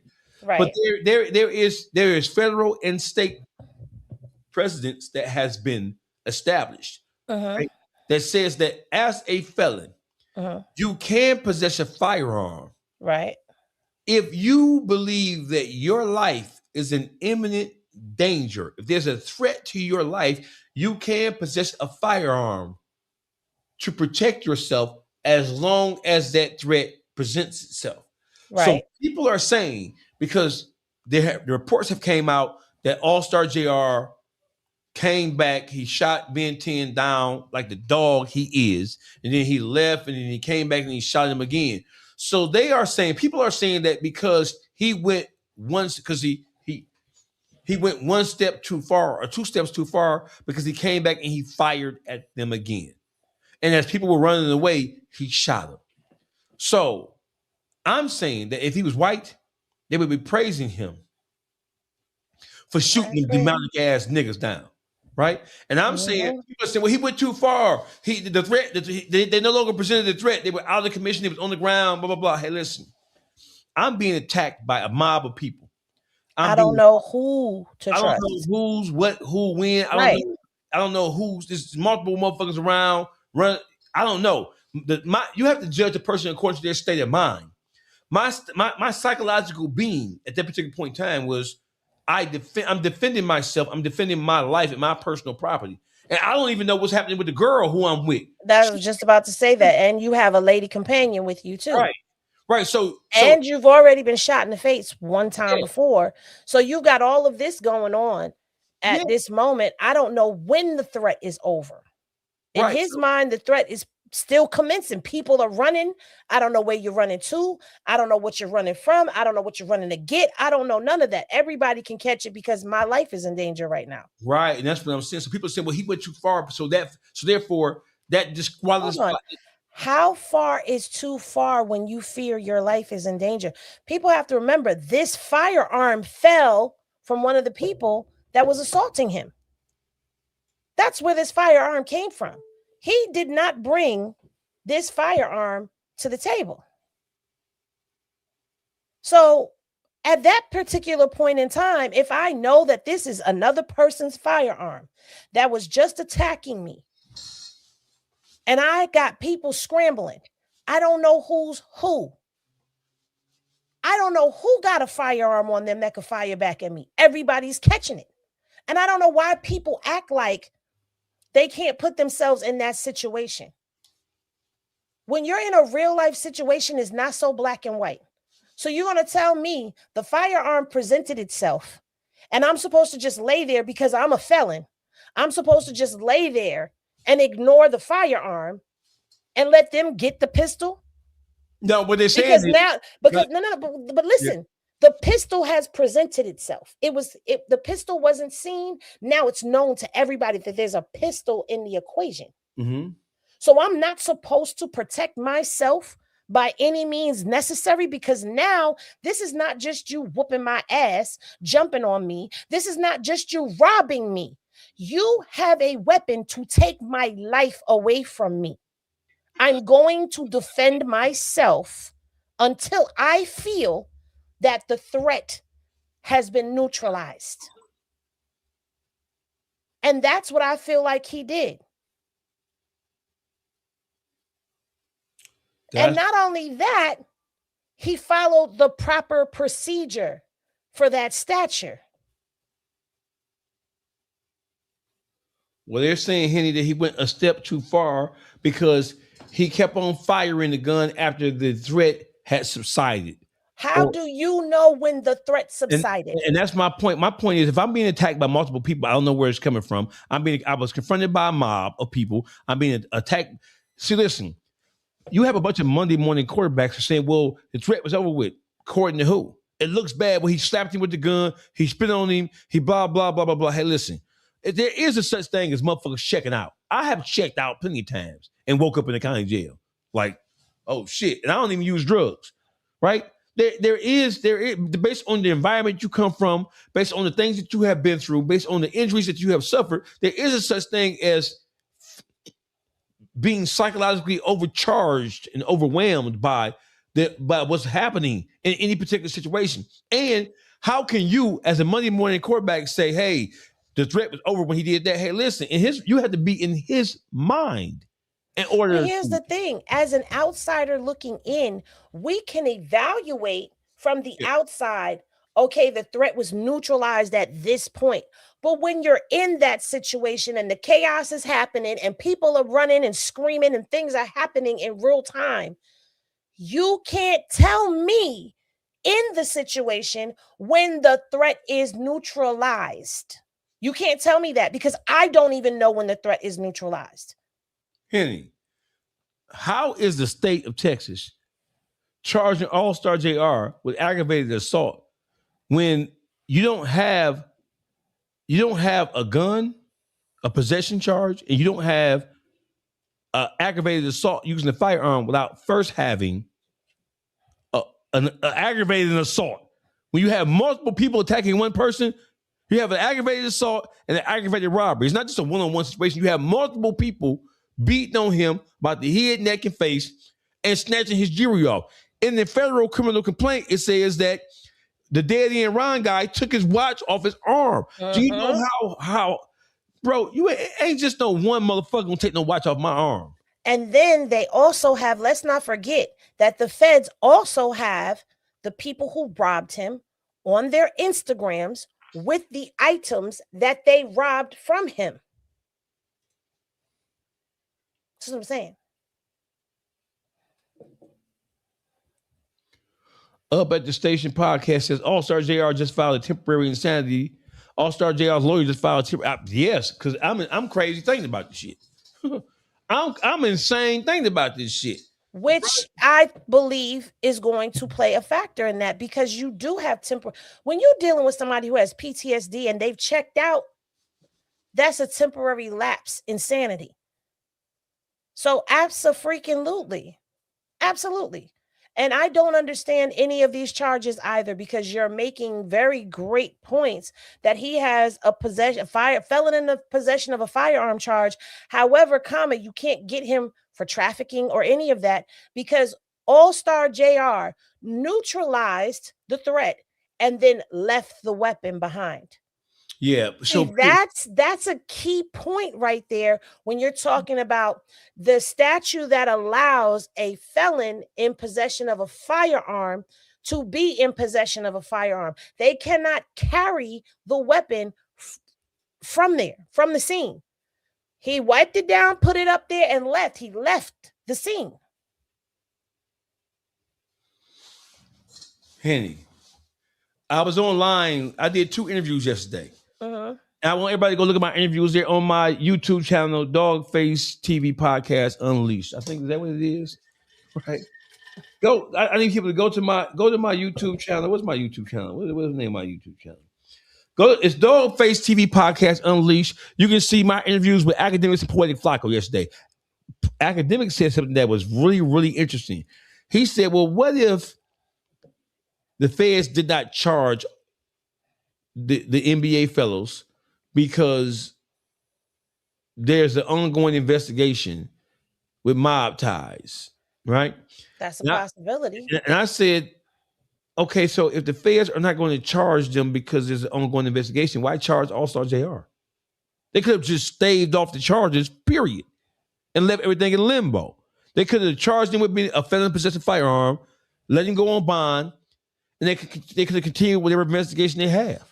If there is an investigation to speak of, my thing is that what the fuck does the NBA cats have to do with the mob ties possible investigation by feds? Nothing. So charging the NBA cats with a crime that they committed, it wouldn't do anything for the investigation of mob ties unless them NBA niggas who are known associates of mob ties were federal informants working with the government to help aid and assist them establishing the RICO case against mob ties. I believe it is that. I know for a fact that NBA Ben 10, he made statements to the police. Allstar Jr. said, I don't know where the gun came from. I was getting beat about the head, neck, face, neck, and robbed. I don't know where it came from. I heard somebody say, get the gun, get the gun. I seen it at my peripheral vision. I grabbed it and I used it to defend myself. Right? NBA Ben 10, he made a statement and he said that the gun was Allstar Jr's. That's why Allstar Jr. was charged with felon in possession of a firearm. Because he said the gun was his.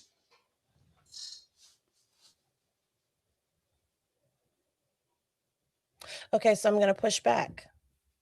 How do you know that? Because I talked to Allstar Jr. And statements have been made. Ain't none of this shit in secret. And then Ben 10 said, so let's just say I don't talk to JR. Never talked to him before in my life. I'm just a casual observer, just like everybody else in this situation. Although I'm not.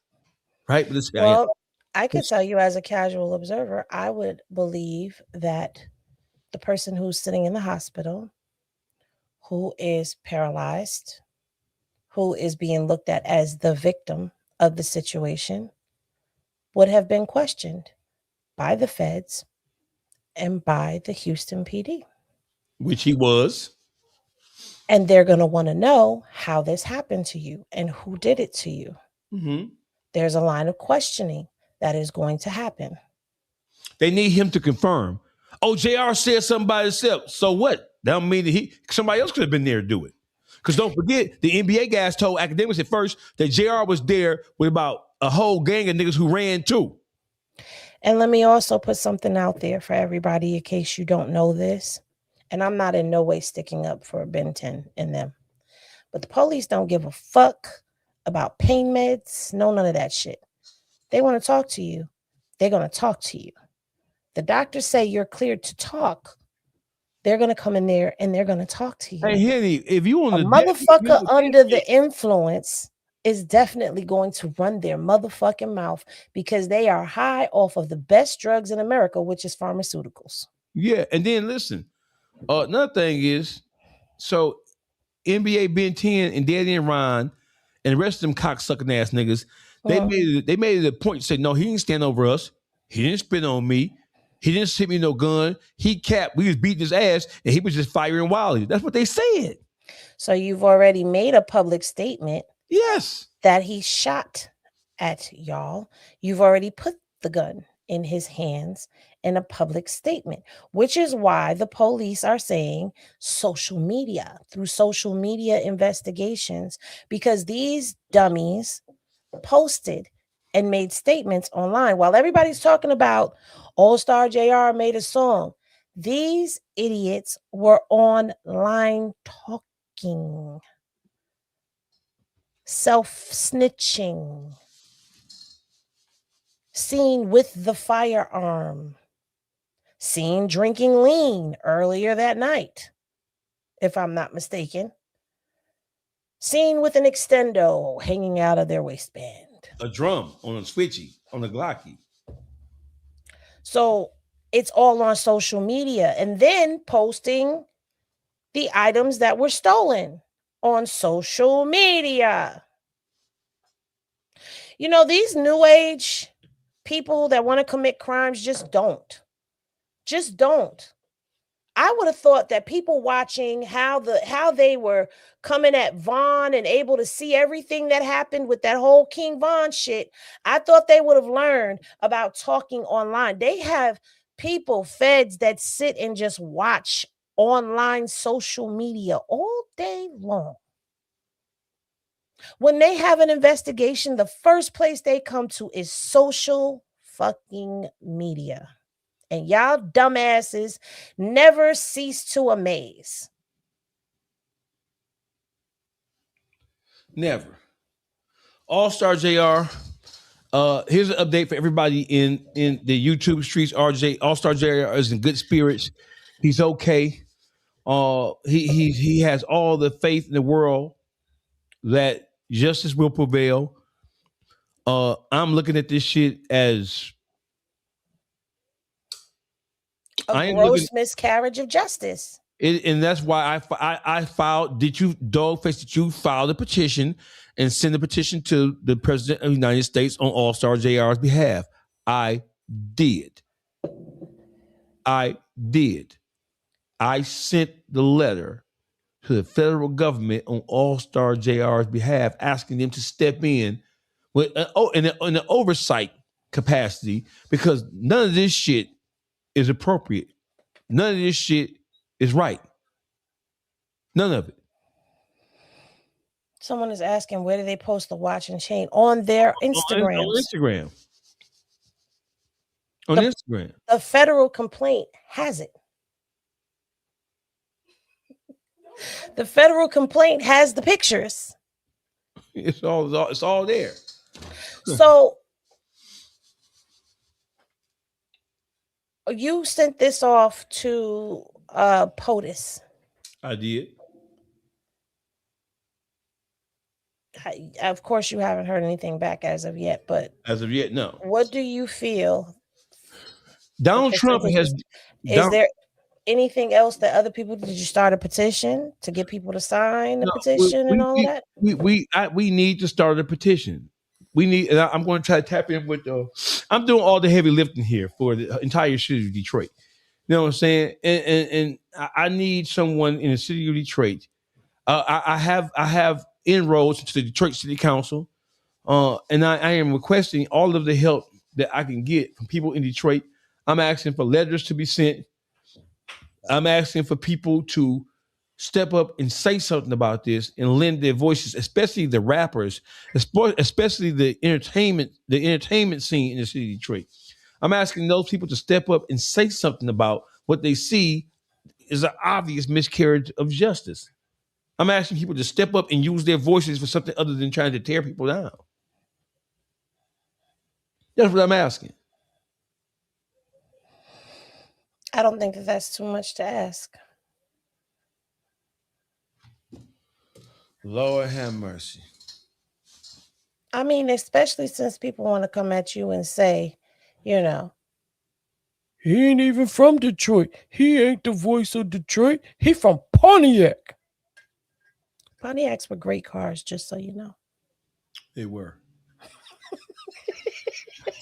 I have a GTO right now. I have a 68 GTO, fire red. That motherfucker's been draining my pockets to restore that motherfucker. Listen, Henny, what other subjects? The Diddy sex tapes was leaked on Twitter, y'all. Now, Dawgface don't want to talk about this, but I'm going to talk about it because if you did not see them, you're going to have to go and look for them, because the page who posted it, which was Slay, I don't even know Slay's full name, but Slay is a porn star, yes.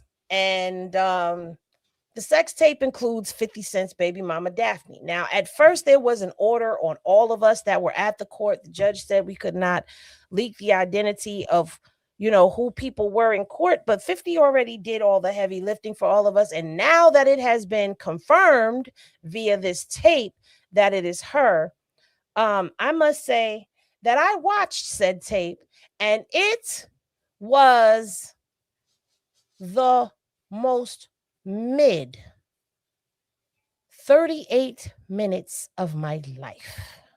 Did you watch it uncensored? Yes. And everything that they have said about Diddy is true. Don't you fucking do that. You bet not. If y'all remember when I was reading the Diddy court docs. Girl, bye. When I was reading the Diddy court docs, you could girl by me all you want to. Hold on. I need some ambulance noise for this shit. Hold on.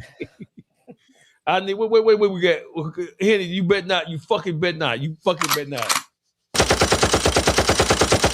You fucking bet not. I have to tell the truth. I'm putting your ass on mute. Hold on. Go ahead. I have to tell the truth. I can't lie to the people. Go. I'm putting you on mute. Go. I'm putting myself on mute. Oh, okay. So if y'all remember when I read the Aaron Hall case that involved Diddy, how the woman described Diddy as prepubescent. Yes, it's true. And I would just like to say that every woman that filed a lawsuit that called Diddy itty bitty, it wasn't a lie, it's the truth. And I watched as he moved about and fluffed pillows and gave directions and cleared the area for Daphne and Slay to partake in what they were partaking in. But it was mediocre at best. I think the only takeaway from the video was the confirmation of Diddy. So that was the only takeaway from the video. Was there any weird science shit going on? I don't even want to fucking know, but was there any honestly, weirdo there shit? was a lot of baby oil. Why? Was it without giving me She was applying more baby oil than an ashy motherfucker should. You know how you've ever seen a person who's so ashy, they skin just you can beyond scratch dry on it. You could just scrape your finger. A person with that much dry skin wouldn't have used the amount of baby oil that was being used in that video. And I mean, she just kept applying baby oil. It was very disturbing. I'm disturbed. I still use baby oil. I'm very disturbed. I ain't used baby oil since. I've been not seen no baby oil. I'll kick a bitch ass if Nope, I like baby oil. When I get out the shower, I use my baby oil. You're not going to take that from me. That's been a part of my ritual for years, but it was very disturbing. Now, I will not say that she was sober or she was on some type of intoxicant because I don't know. I don't know if she was on something or not, but she seemed to be enjoying herself. And Diddy seemed to be enjoying himself. It was disturbing to hear him talking while they were doing what they were doing. And it was disturbing to watch him be the person who was like the maid, who was handing the baby oil and fixing the pillows and adjusting the camera. You know, he was really the cameraman. Mm-hmm. So it doesn't. So you didn't. What you gleaned from the video, it wasn't a situation where she was being forced. I don't know what she was doing. It appears that she's being forced to participate in these actions. I can't say she was being forced. Was there any overt threats or any? No, there was no threats made in this video, but there were a lot of cuts made to the video as well. Mm-hmm. So there's a full-length video somewhere. Don't know about conversations prior to or after or what the arrangement was for it. But, you know, I sat in that trial and I watched Daphne testify. And I watched her say that she was complacent with it in the beginning. When he introduced it, she was with it. And I can understand why. But at some point, she said she was no longer complacent. She didn't want to do it anymore. But he was paying her rent and affording her a lifestyle for her and her son, Sire, which is 50 Cent's son. So she was put in a position where she felt like she had to perform in order to keep the lifestyle that she lived. At that point in time, it becomes coercion. There is an audio out there of him telling her to get on her job because he is on his. He's not going to be playing with her. She doesn't get to have the silent treatment with him when she gets upset with him. So there are things that did come out in the trial. But what I can tell you also is Daphne in the courtroom, she came in there with her blazer all the way down, her cleavage all the way up, her hair pulled to the side, the way it was said that Diddy liked to, the hair to be. And she was talking like this when she was answering questions. So there's still an interest there, in my humble opinion. She did make a statement. And in her statement, she said that, basically she's traumatized, and she looks back at herself then, and she was lost and XYZ. But then you go to her Instagram today, and there was a question of if size matters. And what did she say? That's the question. Does size matter? Hey, Henny. What do you want me to say? You better call 50. You like 2 degrees separated from 50. You better call 50 and ask him about this. I don't know nothing. I wouldn't dare ask him a damn thing about this psychotic ass shit going on right here. This shit is well. Hold on.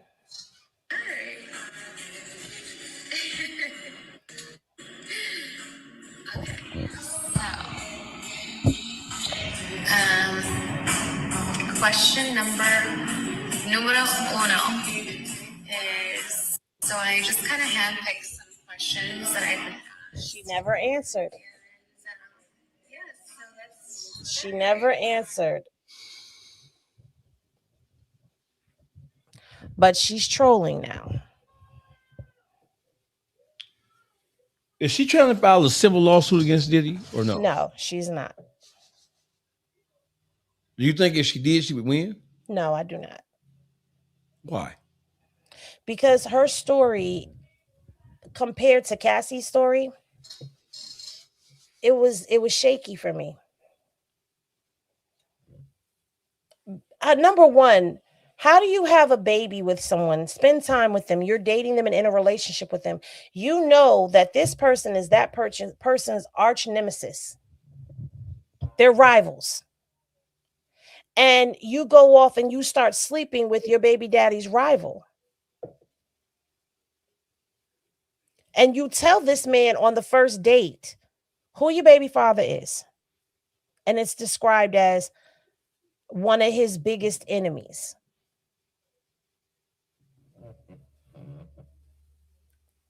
So the question now becomes, was this revenge for the both of you?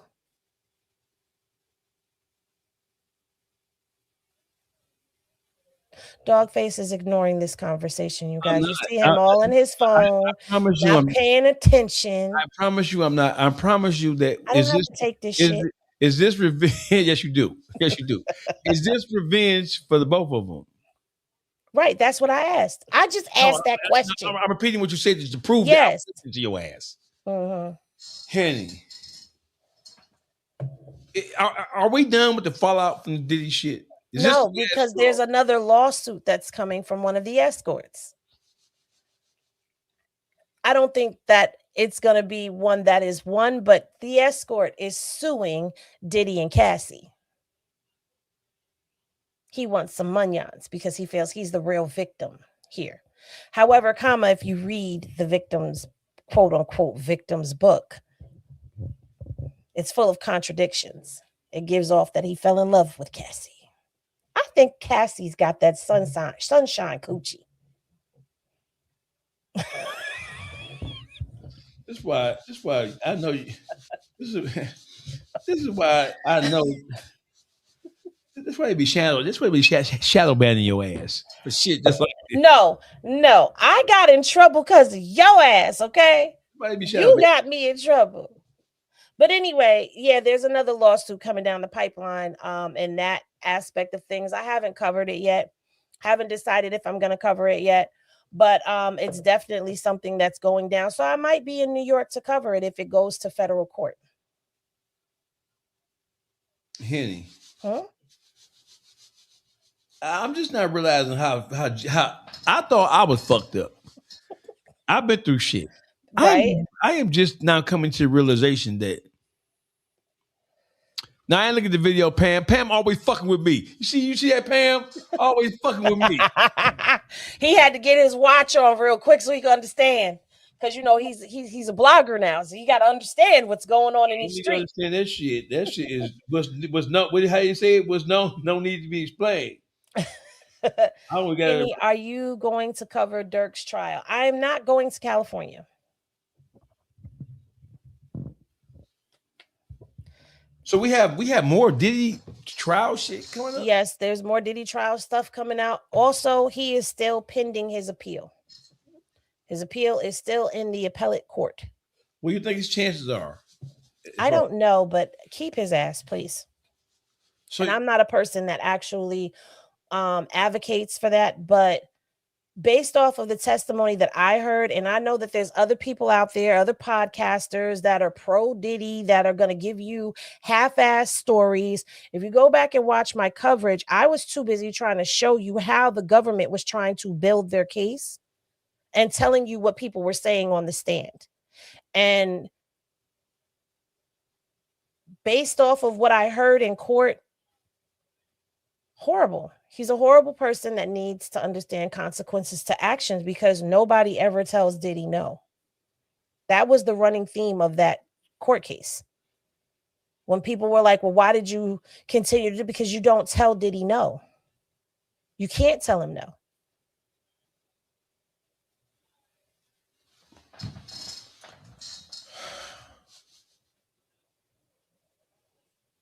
So, yeah. You are fucking sick. You are a fucking sick puppy, Henny. I don't fucking know why I even deal with you. Because I'm Henny and I'm cute. Here we go. Because I'm the only person that'll take your shit. That's why. But Henny is single. Hey, YouTube streets. Henny is single. She is smart. She's intelligent. She's beautiful. She can cook. The attitude not so great. Mouth is like a double-edged sword. The mouth is biblical, like a double. She's going to cuss you out. May hit you. May hit light-skinned women hit men. That's just they do. Like you are not about to put that stigma on us. Light-skinned women will hit you faster than dark-skinned women will. Light-skinned women think they are entitled to put their hands on men. That's a lie. It is. On you? On you. I'm like, OJ, I don't recommend I think everybody feels they're entitled to put their hands on you. Yes, they do. Yes, they do. Henny, what else we got on the docket, Henny? We got Blueface. We got a little Blueface news. So as everybody knows, Blueface still has his $20 million lawsuit. Okay, it was $15 million when it started. Oh, mercy.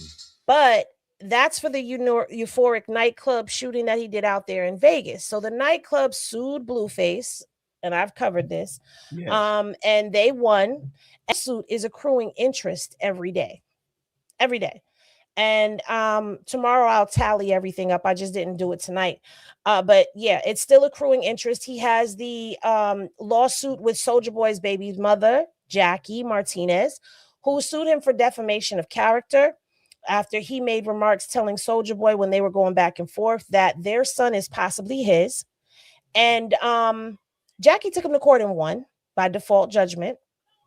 And she also went. When you say by the default judgment, is Blueface just not showing up for these? Blueface was in Click Click City, locked up in the slammer, and Whack 100 was not handling business. He was not sending lawyers.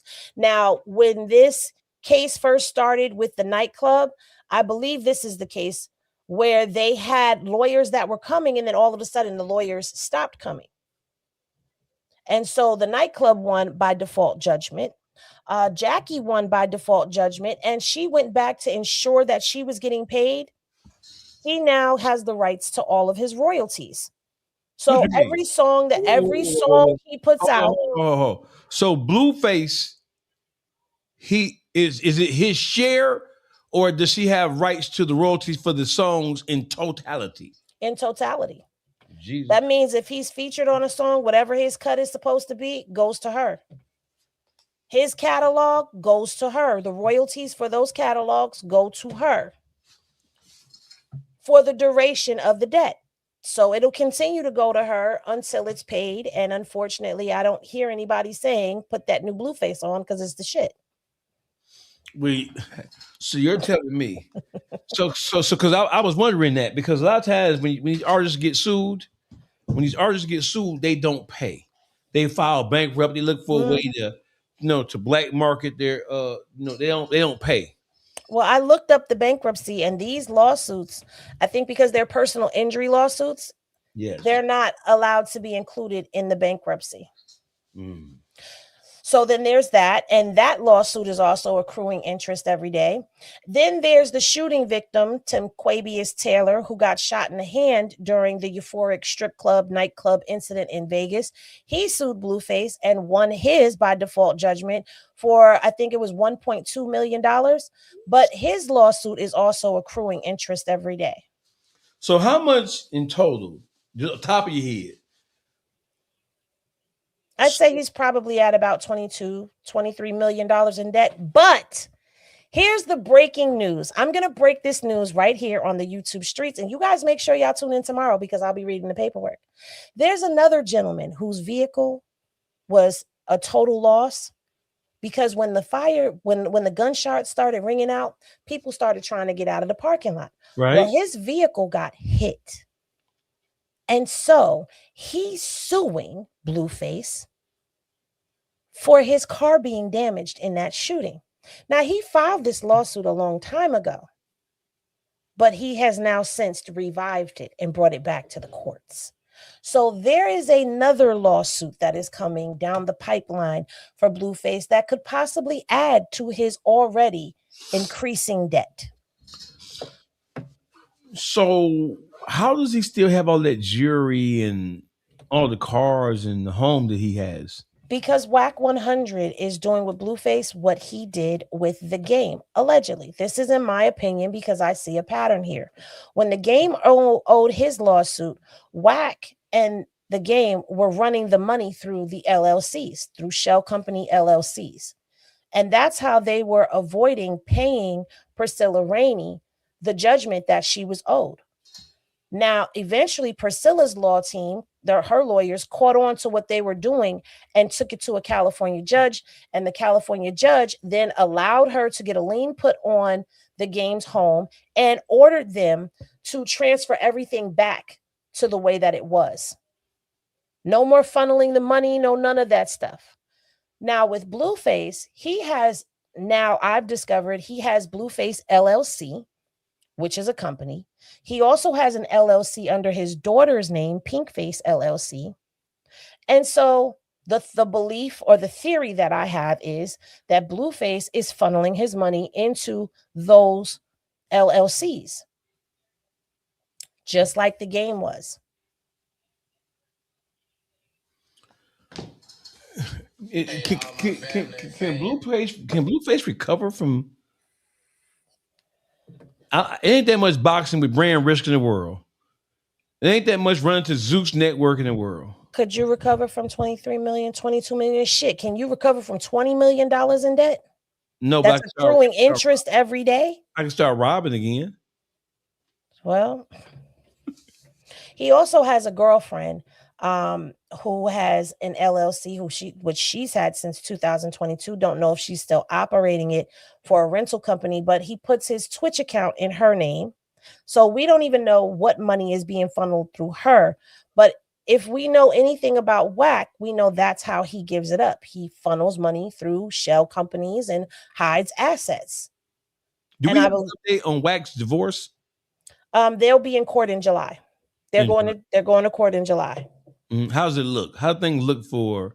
I think Kim is going to be able to be set free from Whack. Financially, though, does Whack, who gives up what? What happens? Do they have anything together, or they have assets that they have acquired together? She's asking for it to be appraised. You know, she wants everything to be reevaluated. There's a possibility of spousal support. He has accumulated assets while they're still married because they're still married to this day. And I think Kim is going to get what she wants. I mean, he has a whole new woman that he's parading around as his girlfriend. I mean, as his wife when she's his mistress. But I think Kim is going to be able to get her divorce. And I think she's going to walk away good. And we'll probably find out then what Whack is making and what he really has and what he doesn't have when all of these court documents, become available. But I do want to remind everybody that it was already exposed that Whack didn't have the money that he claimed he had when he showed up for Keefe D. If you remember, they talked about his money and they basically called him broke. in a court of law. And they also said he rambles nonsensically and basically called him a liar. So then there's that. Then there's that. That's all. That's it. Is it Ray J? I'm very confused about Ray J because Ray J told us he had a heart condition and he got his ass whooped and lumped up. And he went to the hospital. I ain't never seen a nigga with a lump that big on his forehead. There's not even no muscle that can swell up like that up here. You know what I'm saying? Know what he got hit with. But bro, he got knotted up. Cartoon lump. One lump or two. Right? You remember that cartoon? One lump 3 or 4. 3 or 4. Bro, I ain't never seen a nigga with a lump that big on his head, bro. What you? I don't know, but he recently did a little video on Instagram, and he's basically talking about getting back in the ring, saying he's got a lot more ass to whoop. I'm very concerned. Because what happened to your heart condition? And Wack made sure that on academics, he spilled the beans, and he said that he talked to Aiden Ross through text messages prior to the fight when he heard there was going to be a fight, an MMA match or a boxing match or whatever.